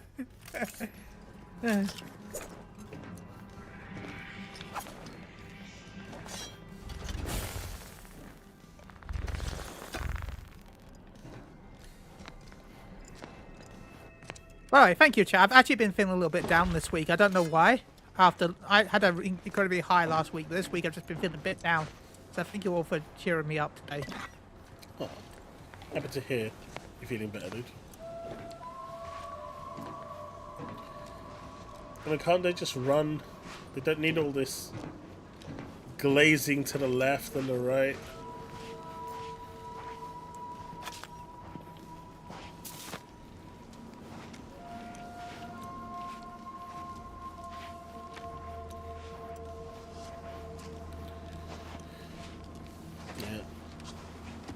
What did I do today? That's the range, Commander. Oh, this I will be left this morning glorious. at 11 o'clock Hope my to go to the enthusiasm cinema. doesn't get We the better got of back me. at 4 Those o'clock traitors need to after we ate something, and then I went to sleep until 7. I think that's the problem. I've just been indoors a lot recently. I've been able to go out, so I don't ever go out, dude. But I'm a hermit, so... I mean, you just did. I mean, that was Like the I don't first go. time... I'm not saying all the time, but like it's been a while since Enemies I've gone. I described. guess I was in London, It's but like killing time. I kind of want to go to Wendy's. My piety is the key. Because I work from home, Yeah. I don't really leave the house. Well, I guess... I mean, in the mornings... Well, I guess if you count that, I do a minicab service every day to Yeah. take my daughter to school and back. You still so- got like people you talk with occasionally. A lot of the time, I'm just on my own, sort of thing. Yeah. I can get that. What the hell's going on here? Let's go for a. You know where I live, Steve? I'd get stabbed. / there's nothing to walk to. Well, you've got the whole walking to get stabbed. Yeah, that's true.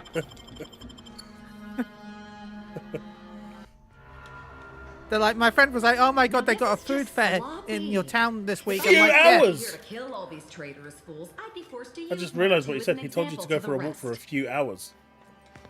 I mean, with how slow I walk, that's like half a mile. I'm a slow walker. That makes the walk fun. Getting stabbed.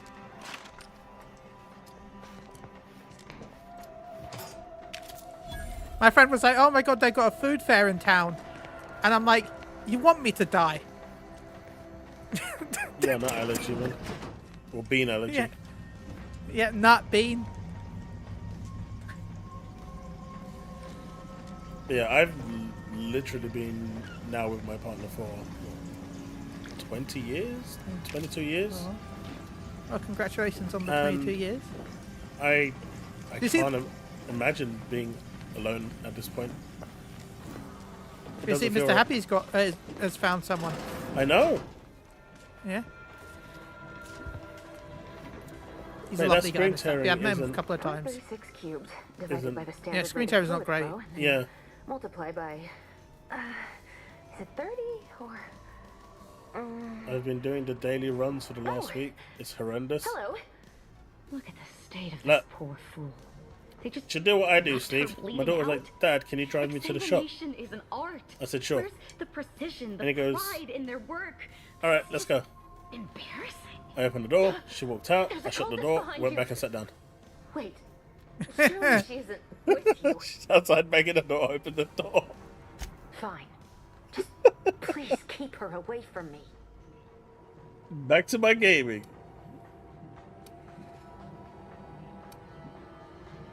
The crazed cultist, people like your friend here, have been sowing destruction throughout the range for days.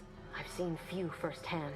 By the way, I got my own Because they've Steve gone. on my Dragon Ball channel. Rather, Someone I believe subscribed they and have said, become "You're doing a good job," visibility and then deficient. unsubscribed. Which alt account was it, Steve? There's no such thing as invisibility. I can only theorize that They're like, those "Oh my visible god, forms keep were up the sent out grind." days when they Oh, thank haphazardly you for the tampered with subscription. And pressurized like, N-rays.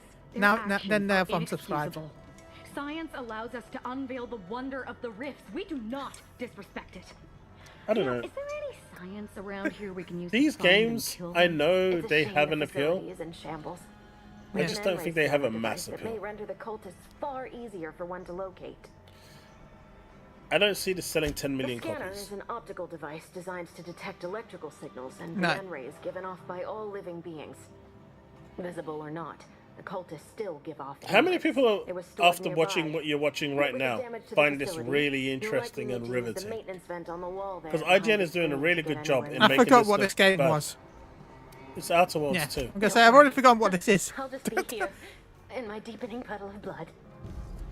Is it gonna be Game Pass? Yeah, it's going to be day one Game Pass. But day one PlayStation as well, I believe. Yeah. Man, is the screen tearing part of the combat? Is that Anyways. is that the enemy? Chille, what do you mean by... What do you mean, a Steve?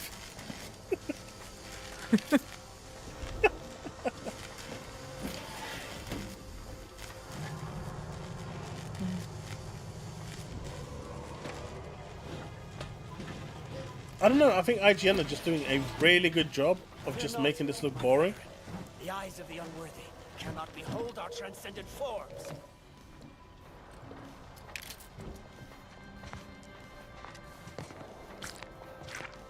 This is like watching someone play a stealth run of Fallout.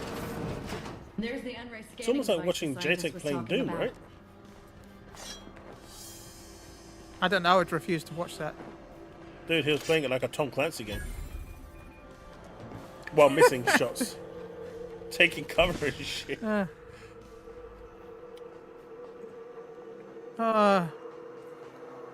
I didn't know I was watching the new Assassin's Creed.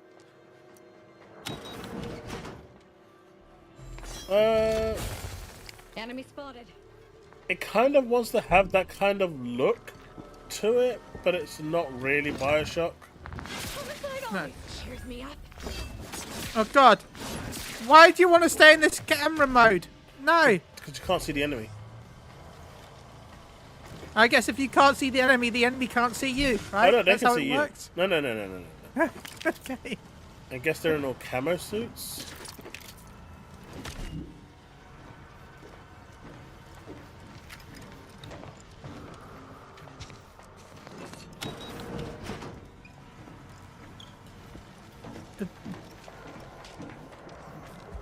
Exemplar 4. We're back. Bishop? I'm Oh. sorry. Haven't had time to clean up. It's so hard to get my It is. uniform. I'm We're trying to already yawn at 8 loud enough minutes. that I can. Really?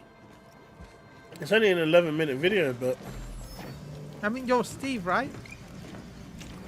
From. wasn't This you is the an one on alphabet. X that turned around and said that when he lost the sub, that was you unfollowing? Yeah. You have a And then reputation. you've also said several times, like, "Oh, I don't like what you've made your video on. I'm going to unsubscribe." So.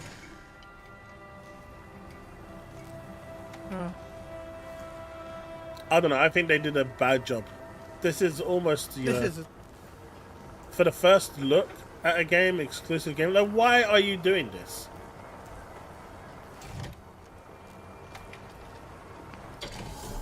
That should do it. Let's get on with the killing.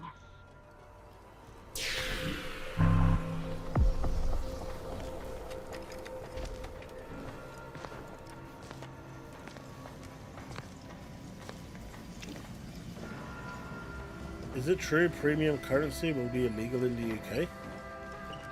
You've opened the way What do you mean by premium Very currency? good work. Gacha currencies, right? No.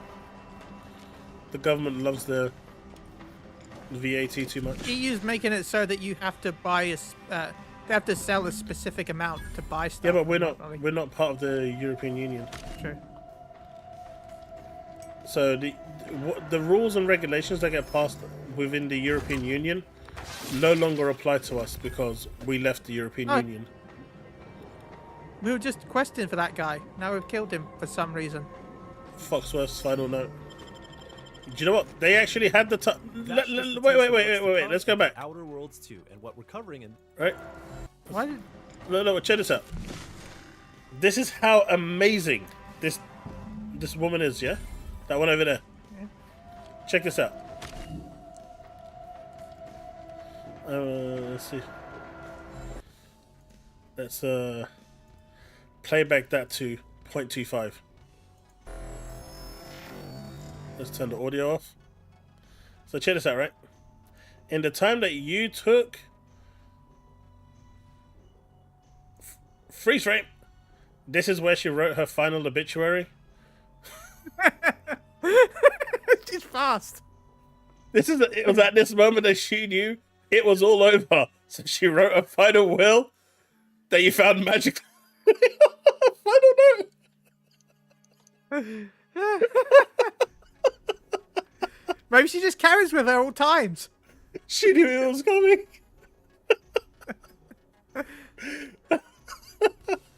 At least there was one good moment in this trailer.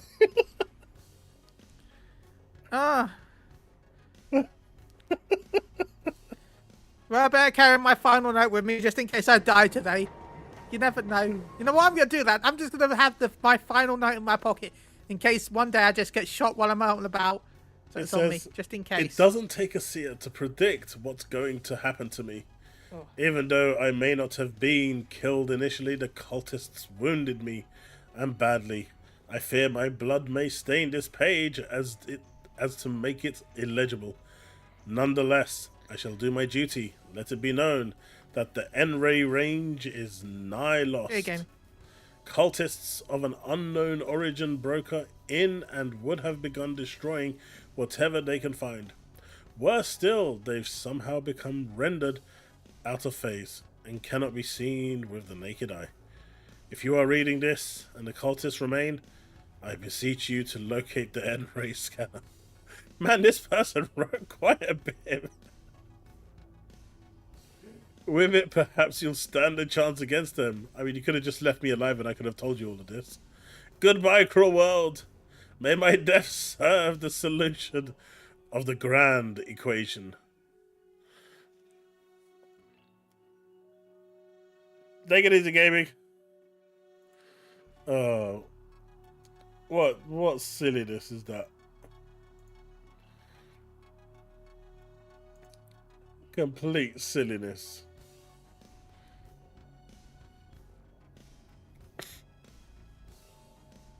I mean, even Puerto Rock is calling out PlayStation for The Last of Us. How many times can this be resold?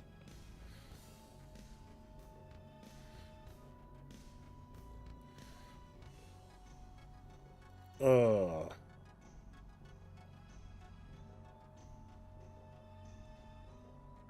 Why are people still badgering on about Starfield?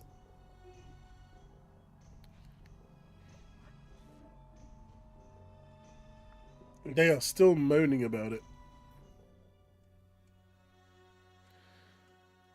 But Chille, when do you plan on getting an Xbox? Whenever I suddenly have magically money. So, who knows? When you suddenly have money. Yeah. I still don't... Look, okay. There's one thing I don't get, right? I'm going to go back to this real quick because it doesn't add up to me. Right? Okay. Oh, okay, we're going back to Indiana Jones. Yeah. There's one thing before I move on to my final thing. This one over here. It doesn't make sense. I mean, it does to me. People sometimes just want to play for the action and don't care about the You story. guys do nothing but watch movies playing games. This is clearly a feature enabled for PlayStation. You guys literally sit there, play for 30 seconds, get the popcorn out with your 3D glasses, and start enjoying the show for about 20-30 minutes. For the next 1 minute of gameplay, rinse and repeat. Why would you want and always allow skipping cutscene? Now they can be really frustrated that you skipped the cutscenes. You want to be angry at the game that you've accidentally skipped the cutscene. And the worst part here is letting you skip cutscenes you haven't even watched. Yeah. Like, this is literally no PlayStation gamer ever. And do you know what's going to happen that's going to be pissing people off? During that cutscene, right, that you're watching, which is probably going to be a really important one, considering the DualShock has, like, you know, as good of a battery life as my Steam Deck, which is virtually non-existent. Equivalent of a Game Gear. Right? It's going to turn off and actually think it's pressing a button and skip that cutscene. It's going to happen. It's going to happen. And people are going to get pissed. There is literally... I can't even imagine a situation where this would actually be needed in a game like this. I can understand why. People just want to play it for the action. They don't care about the story. There's some people that do that. The action in this game isn't all that, though. This is like a complete package game. Don't get me wrong, they'll get frustrated because of that, but that's why they'll buy it. No, PlayStation fans buy it for the story. It's always for the story. Yes, yeah. They don't, they don't buy games with no story. I mean, just look at The Last of Us. They've bought that 50 times because of the story. For some reason, every time it's coming out, someone from Sony comes along, whacks them across the head, gives them amnesia, and then says, "Hey, look, we've got a brand new game again." Please buy it again. I thought yours was a joke, and then it was real, and then it was even more real. Like, they say, "What do you mean again?" I mean, please buy our game.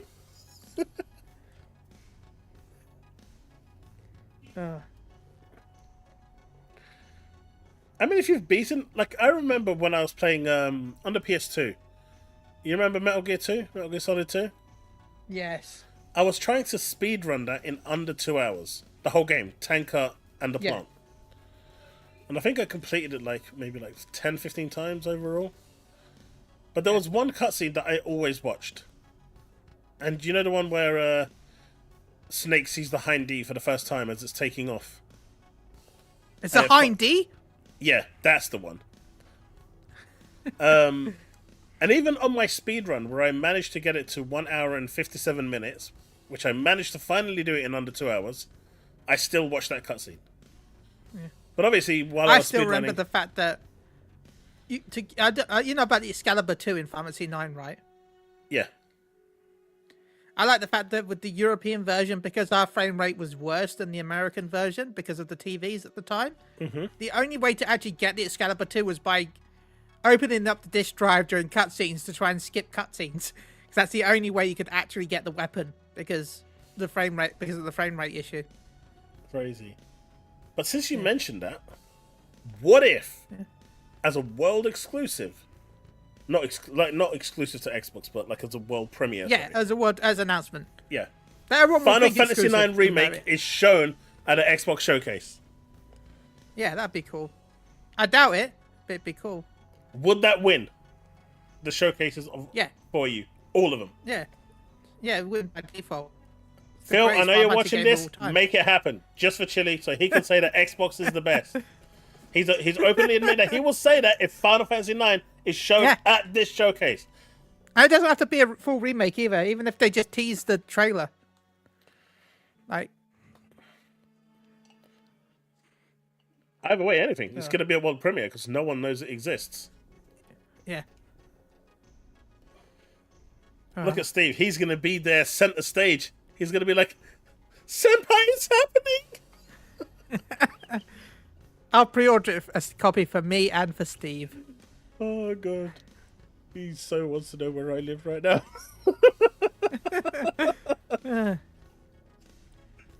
At some point, I'm going to have to tell June him 8th. Xbox butter. Persona 4 remake. It's called Diamond something, you said? Diamond Shine? We don't know. I'm just joking for that. We don't know what it's called. We just know that there's a remake on the way, supposedly. I'll come visit you, child, and stick it up here. Steve. When it gets revealed on the day, along with all the other Final Fantasy games, do you know what? We will have a moment of remembrance just for you as you depart the Xbox world.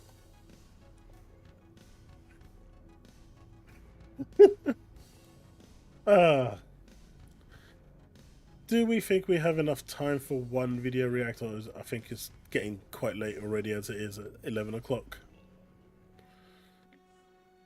There's always next week, right? Yeah.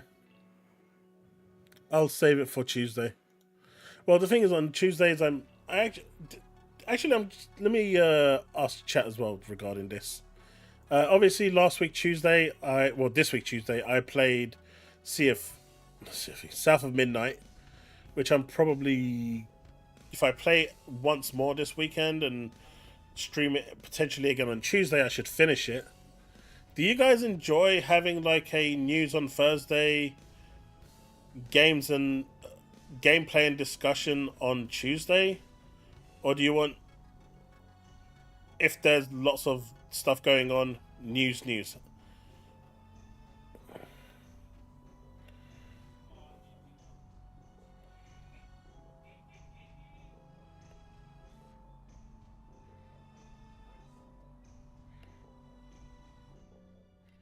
Was the Hind D in Metal Gear 2? Yeah. Of course, Steve's going to be the troll of all trolls.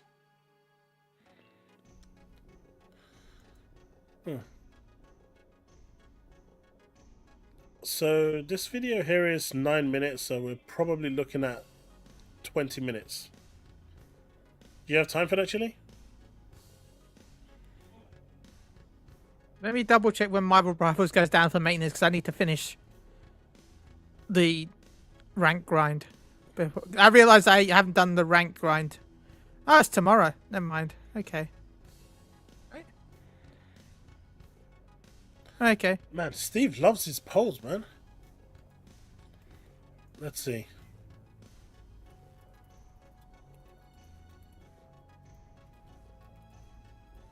Let's see how many alt accounts Steve's gonna come logged in with.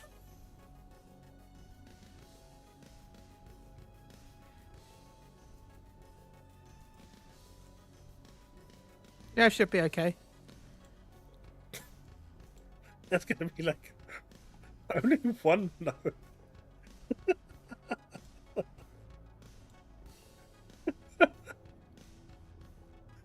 All right, I'll leave that poll there. Yes.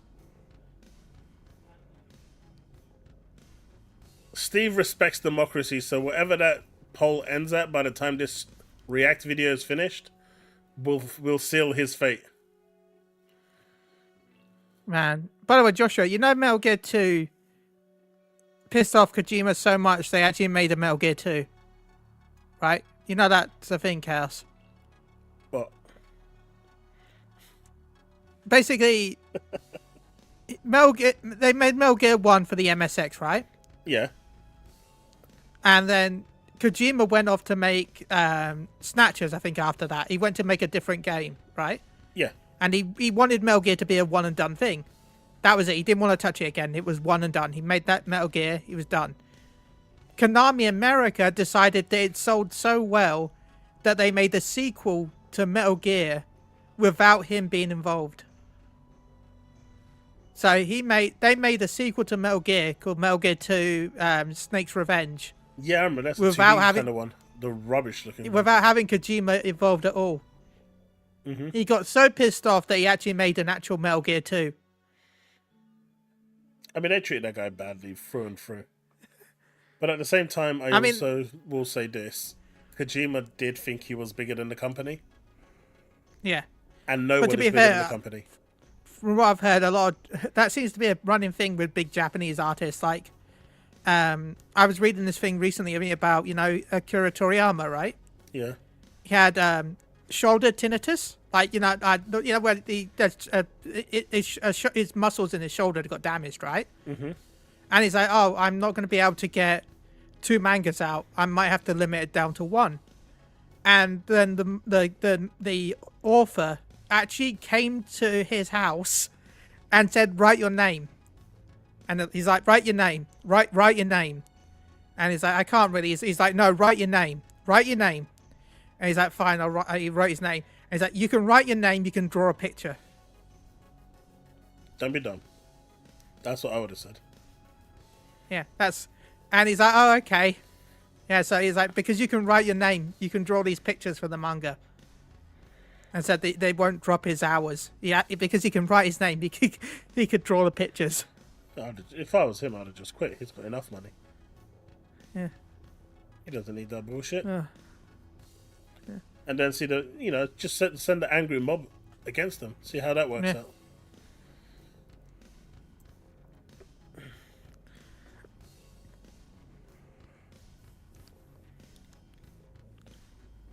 When they become available, Seth. Anyway, let's check out this reaction. Welcome, my friends, my family, my fellow gamers. Your only friend these YouTube streets, Puerto Rock 77. Can Let's you guys talk hear a little it? bit about Nintendo, game pricing, other platforms like PlayStation 5, Xbox, pretty much how the community gamers react to pricing or to features or to things that we don't like. And with the Switch 2 revealed, it finally solidified something that I think most of us knew all along, but what is happening, it just pretty much solidifies it, and that we're all hypocrites. We're all hypocrites. At the end of the day, each of us will find value in what we want, and we will be willing to pay what we individually. I actually think I know what this video is on about, because I actually, in private DM, had a long discussion, I think, if this topic is what it's going to be, about what he was saying. And if it is, it's going to be interesting, because some people might not like my take. Find is valuable. I mean, right now, I think criticisms towards pricing on games, services, and all that stuff, it to me, it's going to fall on deaf ears for me. From this point on, I don't really care to hear about any of that stuff. It is what I think it is. With Nintendo pricing of their games, with some of them being $80, and they are not trying to do any advancements in the overall gaming industry. They're not pushing new cutting edge technology. They're not even adapting some of the basic stuff that we have, like trophies and achievements. They're not even doing that. Which he's right, by the way. Nintendo is not pushing any new boundaries in any way, shape, or form. They should be the last people pushing prices up. We're not even sure how well they're going to do ray tracing, if they even bother having that. Apparently, I don't think it'll have ray tracing. it does have ray tracing cores, but who knows if that's even implemented. They're not just doing anything that's pushing gaming forward that would like justify from a production standpoint of And that is one thing I do agree with, what Steve is saying right there. I've always said and will continue to say achievements are bollocks. They are just a way to keep you playing and pad out a game for no reason whatsoever. They're an arbitrary thing that just, gives you some form of bragging rights, but at the end of the day, they are completely and utterly pointless. Now, I will say, if they added something like, if you all remember, a PlayStation Home, where you could invite people to your home to see your trophies, and maybe that actually unlocks something tangible that you can actually, have delivered both to your virtual world and into your real world. Something that you can actually get for collecting so many trophies, right? If you get 100 platinum trophies, then or 10,000 gamer score, you'll get a little plaque saying that you've got 10,000 gamer score. You know how YouTube does it for 100,000 subs. One day I hope to get that. Probably won't, but moving on. Something like that would be really cool, and it's showing some, you got something for it. But in this current iteration, all it's designed to do is turn a 10-hour game into a 500-hour game. That's it. That's all it's there to do. Replay this game 400 times so you can play it on the hardest difficulty setting and get that final trophy. No. I'd rather not. I'd rather go play something else. I think achievements... I think the idea of achievements was good when it first came out. It was really cool. I think Microsoft has pretty much... created achievements, to be fair. They've fell off the wagon. They just don't care about it. It is literally low effort from them. They're not trying to, improve it or anything, and Sony's coasting on it as well. So Nintendo ignoring it, in my opinion, personally, I think is a good thing. You're no longer interested in, oh man, I have to go and kill 1,000 dregs to get this achievement. What you're concentrating on, I'm going to do this because it's fun to play. I'm not going to go and hate my life trying to get 10,000 kills with this weapon to get that achievement. I'm going to play this for fun. And there are so many people who try to get the platinums just for the sake of it, and then turn around and go, oh man, it was one of the greatest things I've done, chopping that tree down 6,000 times. It was vigorating. Oh, yeah, no, it's not. You hated your life doing it, and you're just happy it's over, so you can move on with your life onto the next dreadful achievement. That's me. charging a game for $80. But from a personal value, some people will be more than perfectly fine paying $80 for a Nintendo first-party game because they love it, they enjoy it. The gameplay is everything, you know, the content is everything. They'll find their own reasons to justify the $80 price, and you know what? That's perfectly okay. It is perfectly okay if you are willing to pay $80 for a Nintendo game. That's you. It's your money. I'm not pocket watching. I'm not gonna go spend the rest of the gen, you know, worrying about who buys $80 games for a Nintendo game. That's you. If you enjoy Nintendo games and you're willing to pay $80 for that game, then the game's worth $80. That's it. That's how I'm gonna look at things from now on. If you enjoy the 5090 and you're loving what the 5090 GPU does, then yes, it's worth the $2,500, $3,000 that you paid for, right? Because you paid for it. You know, I'm not paying for it. It's not coming out of my bank account. So whatever comes out of your bank account, then. So what he's saying here is, and jump in when you feel like, Chille, value is on the beholder. If you think running 1,000 FPS, 4K, 60 FPS, path tracing, everything ultra is worth $2,000, then that's fine. Someone else looking on, playing on a 480p TV, running, you know, a Sasquatch that thinks it's not worth it.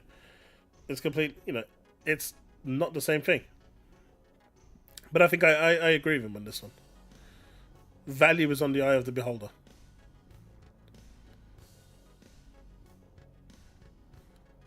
And yes, it's worth it. It's worth it for you, right? For me, no. Nintendo games are not $80. It's not worth it for me. Therefore, Nintendo's not gonna get $80 from me. That's just how it is, right? I'll be honest. I'll be more apt to sign up for GameFly and just play the Nintendo games through the rental service. To be honest, at this point, you know, that's just my take on it. That's just how I look at things, right? Paying $450 for the Switch. I'll be honest. I'm not so sure. I'm not sure. I mean, granted, it did do one thing that I expected it, or I didn't expect it to do. You know, all I really was expecting was 1080p 60. So the fact that it's dabbling in 4K and VRR and stuff like that, that's a bonus for me, right? And that's why I think it's actually worth the £400 in the UK, because it has vastly improved on what it was previously. Obviously, the OLED is going to come and bump up the price a bit more, but this bump up that they're doing now is in preparation so they can charge more for the OLED and probably make a bit, you know, just about eclipse the cost when it does land.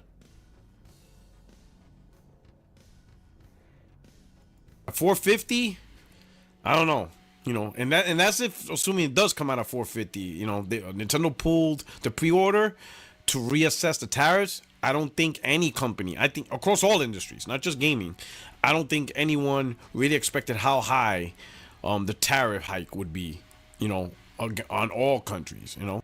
And if you don't know, Chille as well, Apple actually flew in just before the tariffs hit, 3 to 5 planes full of iPhones and iPads to avoid the tariff. 3 or 5 full planes they flew in just to avoid it.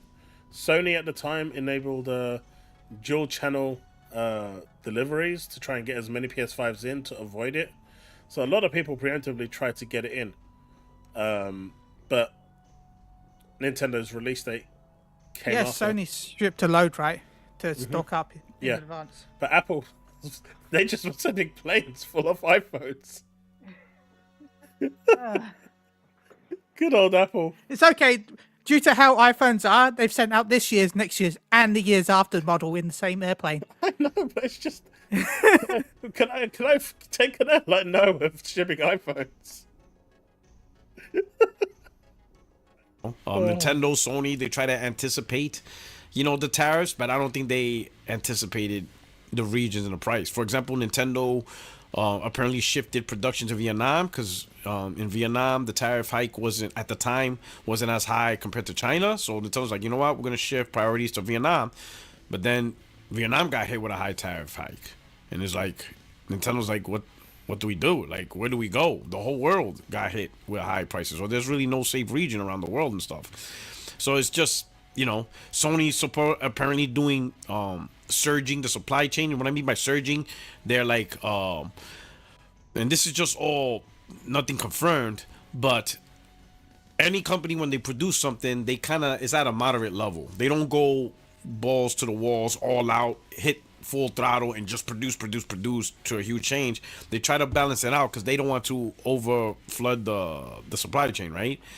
But in this case, apparently Sony increased their manufacturing output. Yeah, Steve, it feels like there's like static noise in it. I think he's got the gain up too high and it's causing static noise. You could just hear it, little pops all over the place. I might message him and let him. Well, I will message him and let him know. Yeah, there is a little bit of static. I can hear it occasionally. Yeah. He's upped it to 125%. Well, China's just going to do the same. This is going to get stupid. Because China will not look weak. I actually looked into it, right? Do you know how much imports China, their global GDP of import cost comes down from the US? Not sure. 2%. It's probably a lot. 2%. Oh wow. So they don't give a shit. They're not losing here. They can live with that 2% not being there. It's only 2% that they get from the US in terms of their global GDP. Whereas the US, I think, is something like 10 or 15%, which is a lot more substantial. So, China's just going to keep on matching it until one of them break. And none of them are going to break at this point because none of them want to look weak. Yeah, Trump's not going to break because he's... Yeah. Just to add a surplus into the supply chain. In other words, they got PlayStation 5 in inventory before the tariff hikes. So there might be a period where everything's going up except for PlayStation products, but that's only because they flooded the chain. But just like anything else, it'll eventually run out, right? Now here's the question, right? And this is a question to both chat and you, Chille. Now, these PlayStation 5s that have been flooded into the country, right? It's $500 or $550 now to buy the PS5. I think, well, no, it's actually a lot less. I think it's like $400 now, right? Why wouldn't Sony at this point increase it to 550, let's say, and use the monicum of tariffs and just make an extra 150 off each console? Keep in mind, it's a capitalist world. Businesses are there to make money, not to make friends. They're there to take your money, not to save you money. Do you honestly believe that they're not going to change the prices at all? They will eventually, but I don't think it will be until later on in the year. No, but what I'm saying is the actual stocks that they're importing, that they've imported already. Yeah. Do you think that they're going to be sold at the retail value they have now? Yeah, I think they for the will. foreseeable future. Yeah, I do. My sweet summer child, you are so mistaken. You are going to see the price hike soon. Give it 2-3 months. If these things stay, if they are, because at the moment everything's volatile, but if these tariffs are staying, you are going to see price changes very quickly. Now, I feel like Sony's going to stick with it until they've got a game that they know will sell, and then sneakily bump it up with the game. Because they've got nothing to sell it with right now. I mean, they've got no games. So, yeah, hence why I don't think the price is going to go up until we get a game that they might people have Ghost want to of buy. Yotei this year, and then introduce a new price for that. That sounds a little more reasonable, but the price is going to go up, is what you're saying. Yeah, but not until something happens. I don't think they're just going to randomly put it up in price. I think they're going to wait until the game comes out and then sneakily put it up. Yeah, Steve said you got Xbox games. You've at least got something to play now. Yeah, I'm actually excited for Forza Horizon, which is this month, and Indiana Jones, right? Yeah, Indiana Jones, you should play. I'll skip that, but I'm excited for Forza God Horizon. Damn it, you scum! I was about to give you some good old kudo points there, and you went back onto pony mode. Oh. What? I went to. How is going to Forza Horizon pony mode? Because you've always liked that, and you're just going to say you like it just to piss off Xbox fans. But with no, I like it because it's a good arcade racer that we don't have. I want more arcade racers. No, we haven't. I wish we did. Soon on the Switch too. You can pretend that's your PS5. Isn't that how you call it? Forza? No, Forza. Forza? No, Forza. It's like there's a TZA. There's a silent T, and it's the T. Where's the there, T? but it's not there. The invisible T? Oh yeah, like where's K and knife?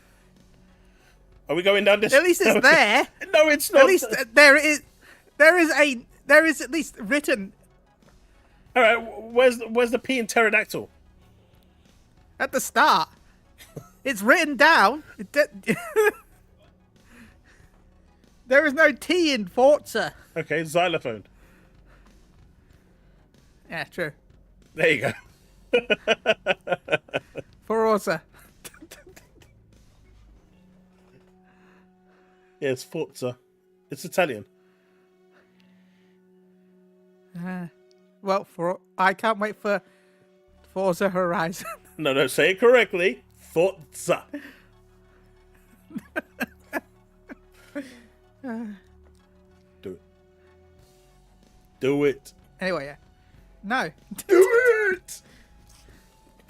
I'll do it if people like the video. And the price hike's coming, so price hike's coming across the board. But again, I don't think I'm not gonna be interested in arguing about pricing over anything anymore. It just doesn't matter, because when it comes to prices or even services or just anything people try to go out and Steve's critique. calling it right now. It really Steve, it's I'm really call not it about Forza from the now on. what. It's not about the price. It's not about the feature. It's never. Yeah, but Steve's a pony. Everyone knows Steve's a pony. This feud that he has going on with Devin is just fake. It's just a mirage that he uses to make people think he's not a pony. About that. It's always been about the who. Prices is wrong. About the Doctor Who? Depending who does it. Price is right depending on who does it. Feature is wrong depending on who does it. Feature is wrong is great depending on who does it. It's clear that it's more about the who than the what. So I'm not interested in that. You know, the way I see it, if you like it, I love it. You like Nintendo games at $80? I love Nintendo games at $80. I love it for you. In fact, I hope they go $90, $100. I love whatever price you're willing to accept. He's on anything. stretching out.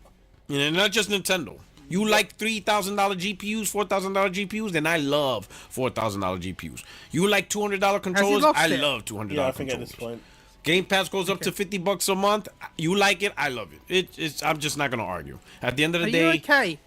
If you don't like it, don't buy it. If you like it, buy it. I'm gonna keep it as simple as that. But to really argue about pricing schemes across the board, it's just no point.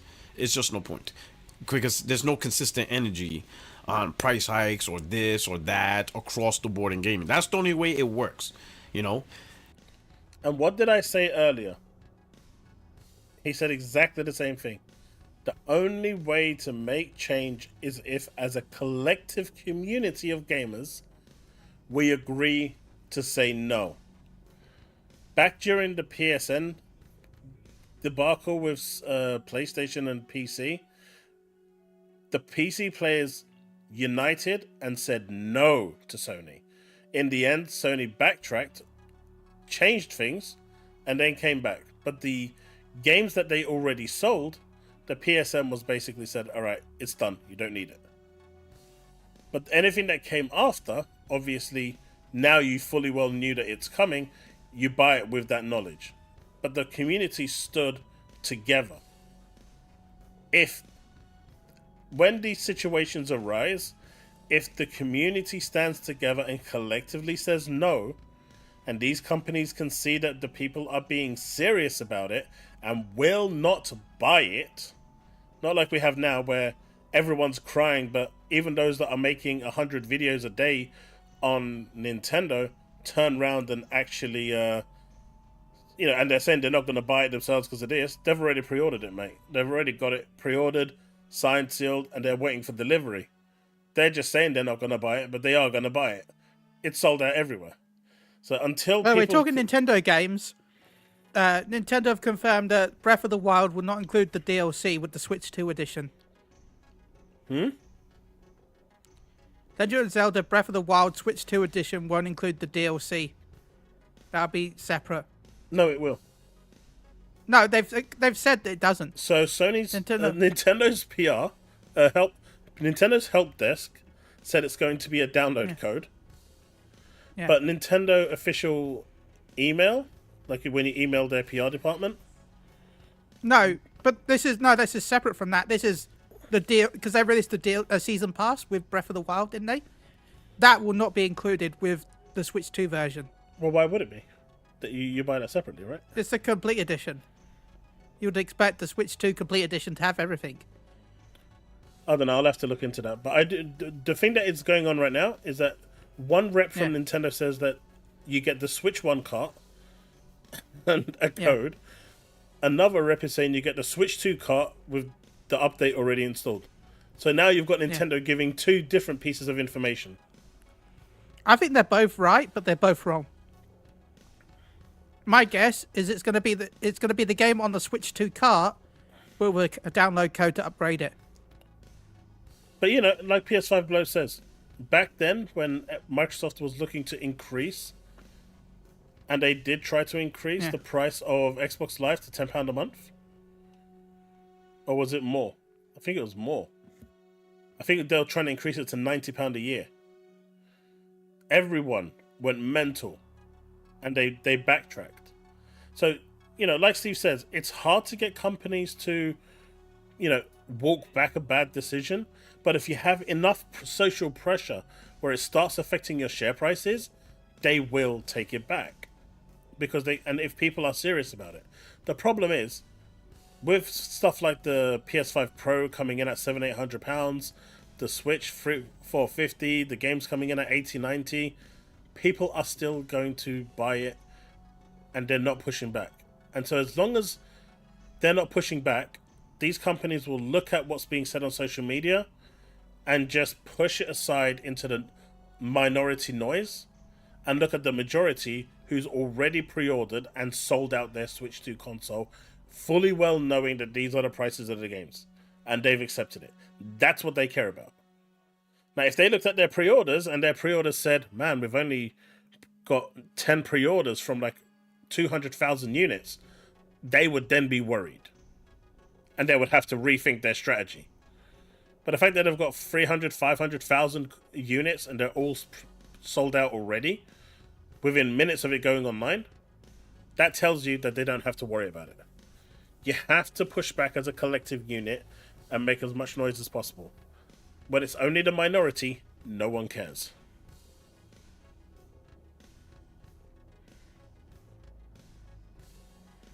Oh, no, I know, Josh. I'm just saying, I'm just looking at it from a more broader perspective. If you have a problem, it has to be collective. I've said multiple times now, Josh, that the price of the console I think is fair.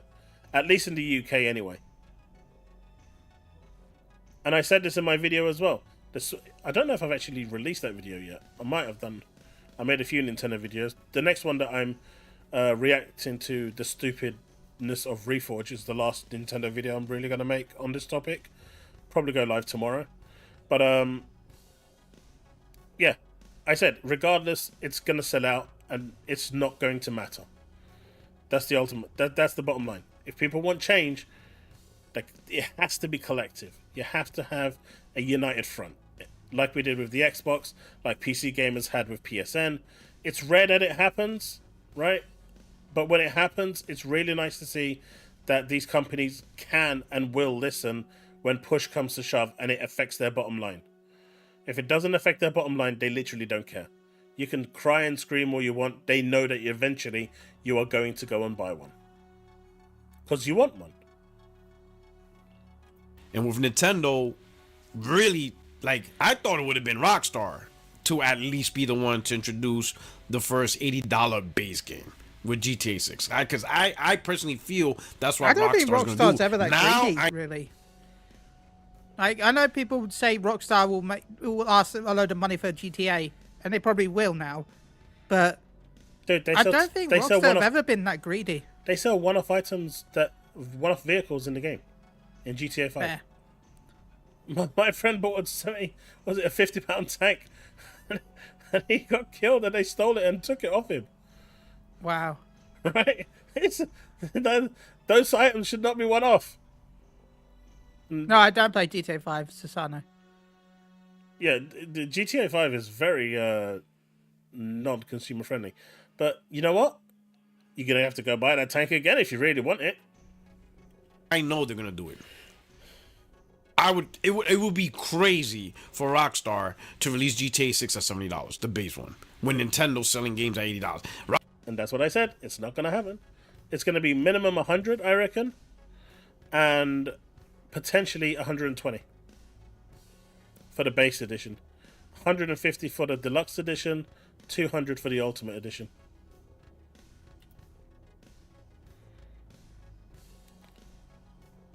Don't buffer. I kind of disagree, but yeah. Is it not going to show? Or is my internet going? I don't know. See, for Rockstar to release GTA 6 at $70, the base one, when Nintendo's selling games at $80. Rockstar's looking at Nintendo like, are you nuts? You're not even doing a fraction of the production that we're doing. Hell, some of the games Nintendo released still won't have voice acting in it. And it's $80? So I know Rockstar. So you might as well accept that. GTA 6, base price, $80. $2 billion to make. Minimum. You know, there's no way Rockstar is going to release their game for $70 with such a huge production value. Yet Mario Kart World is $80. They're not going to allow that. That's already in play. But again, main thing, don't even worry about it. To you guys, I say don't even worry about the pricing. Don't even argue about it no more. There's just no point. Nothing's going to change. People will find value in what they want, and they're going to pay for what they find is valuable, right? They may not find PlayStation valuable, so they're going to complain about the price. But they find Nintendo valuable, so they have no problem paying $80. And vice versa. That's just how it is. So I'm just going to leave it at that. All right? But anyway, stay tuned. Tuesday, 60 Frames No Lag Podcast is back with the crew. We're going to talk about all these topics, right? And check out my latest live. Here, you should be... All right. But yeah, considering the cost of GTA 6... I think they said it eclipsed $2 billion in terms of development. This is why Strauss was talking about That's it without back then. marketing. That's without marketing. But this is why Strauss was saying that he wants to from back then he wanted to charge more for GTA, and the whole world has been looking at at 2K to set the new pricing standard because they were the first one to set 70. Nintendo has now come in at 90, which is really stupid. And maybe, GTA would have pushed it to 80, or maybe it would have been the 90. But if you're going to tell me that you're going to sell Mario Kart, which costs 50p to make, over something that's, costing over $2 billion, they're gonna push that price up. And the worst part is they know that people are going to pay £100, £120 for it. You might not do it, but for everyone that doesn't, there's 100 people that will, or 1,000 people that will, and that game is going to sell insane amounts. It's going to break records like you've never seen it. And the moment that £100 price hits, that's what everyone is going to look at as the new standard. And this is why what Nintendo is doing is so dangerous, especially with this whole variable pricing.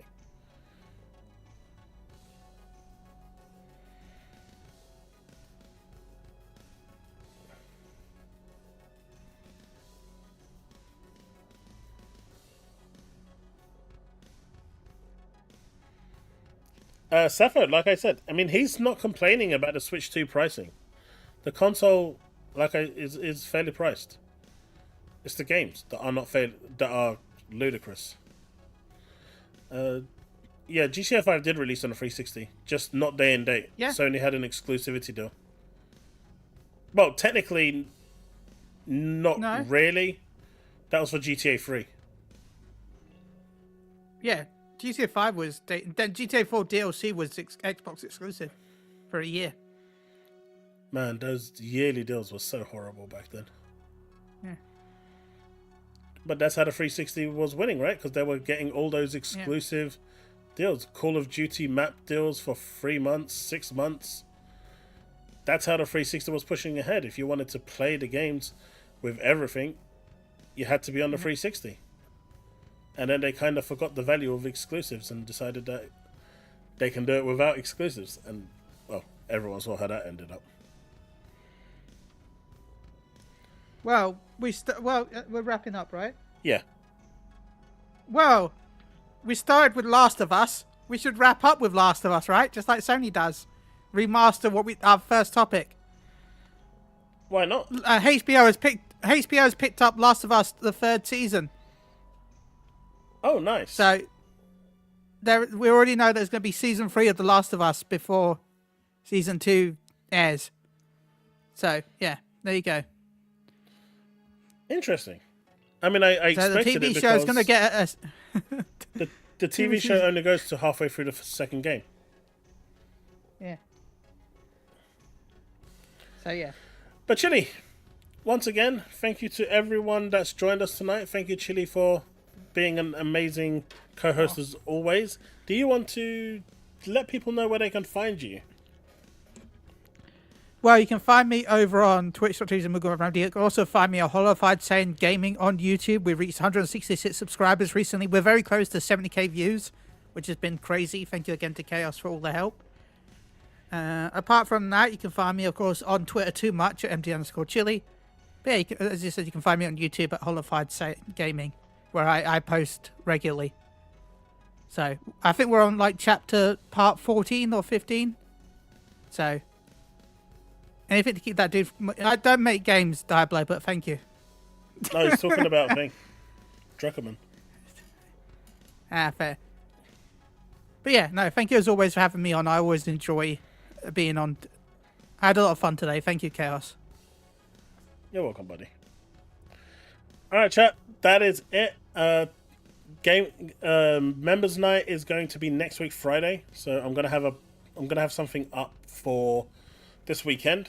I might stream tomorrow with more South of Midnight if I can find some time. If I'm not overly busy with, 3 bouts of shopping tomorrow, or I might leave it for the weekend potentially, and see how far we get. Otherwise, I'm gonna have the placeholders up for the Xbox Showcase and the Summer Games Fest. And I think there's one more thing that I can't remember right now, but I'll put the members up at the same time as well. So expect those placeholders to go live shortly, preemptively. So hopefully you'll have been ready for those. But chat, that is going to be it for us today. I hope you had an awesome time. Thank you so much for the memberships, the super chats, and everything else. And before we do go, there was a little poll we did, right? Just to see what Steve was actually going to get. And 81% said Steve should get me the 5090. So democracy has spoken, Steve. I think we'll leave it there. But on that note, I bid you all a good night, a farewell, and a remain legend. Peace out, folks. Bye.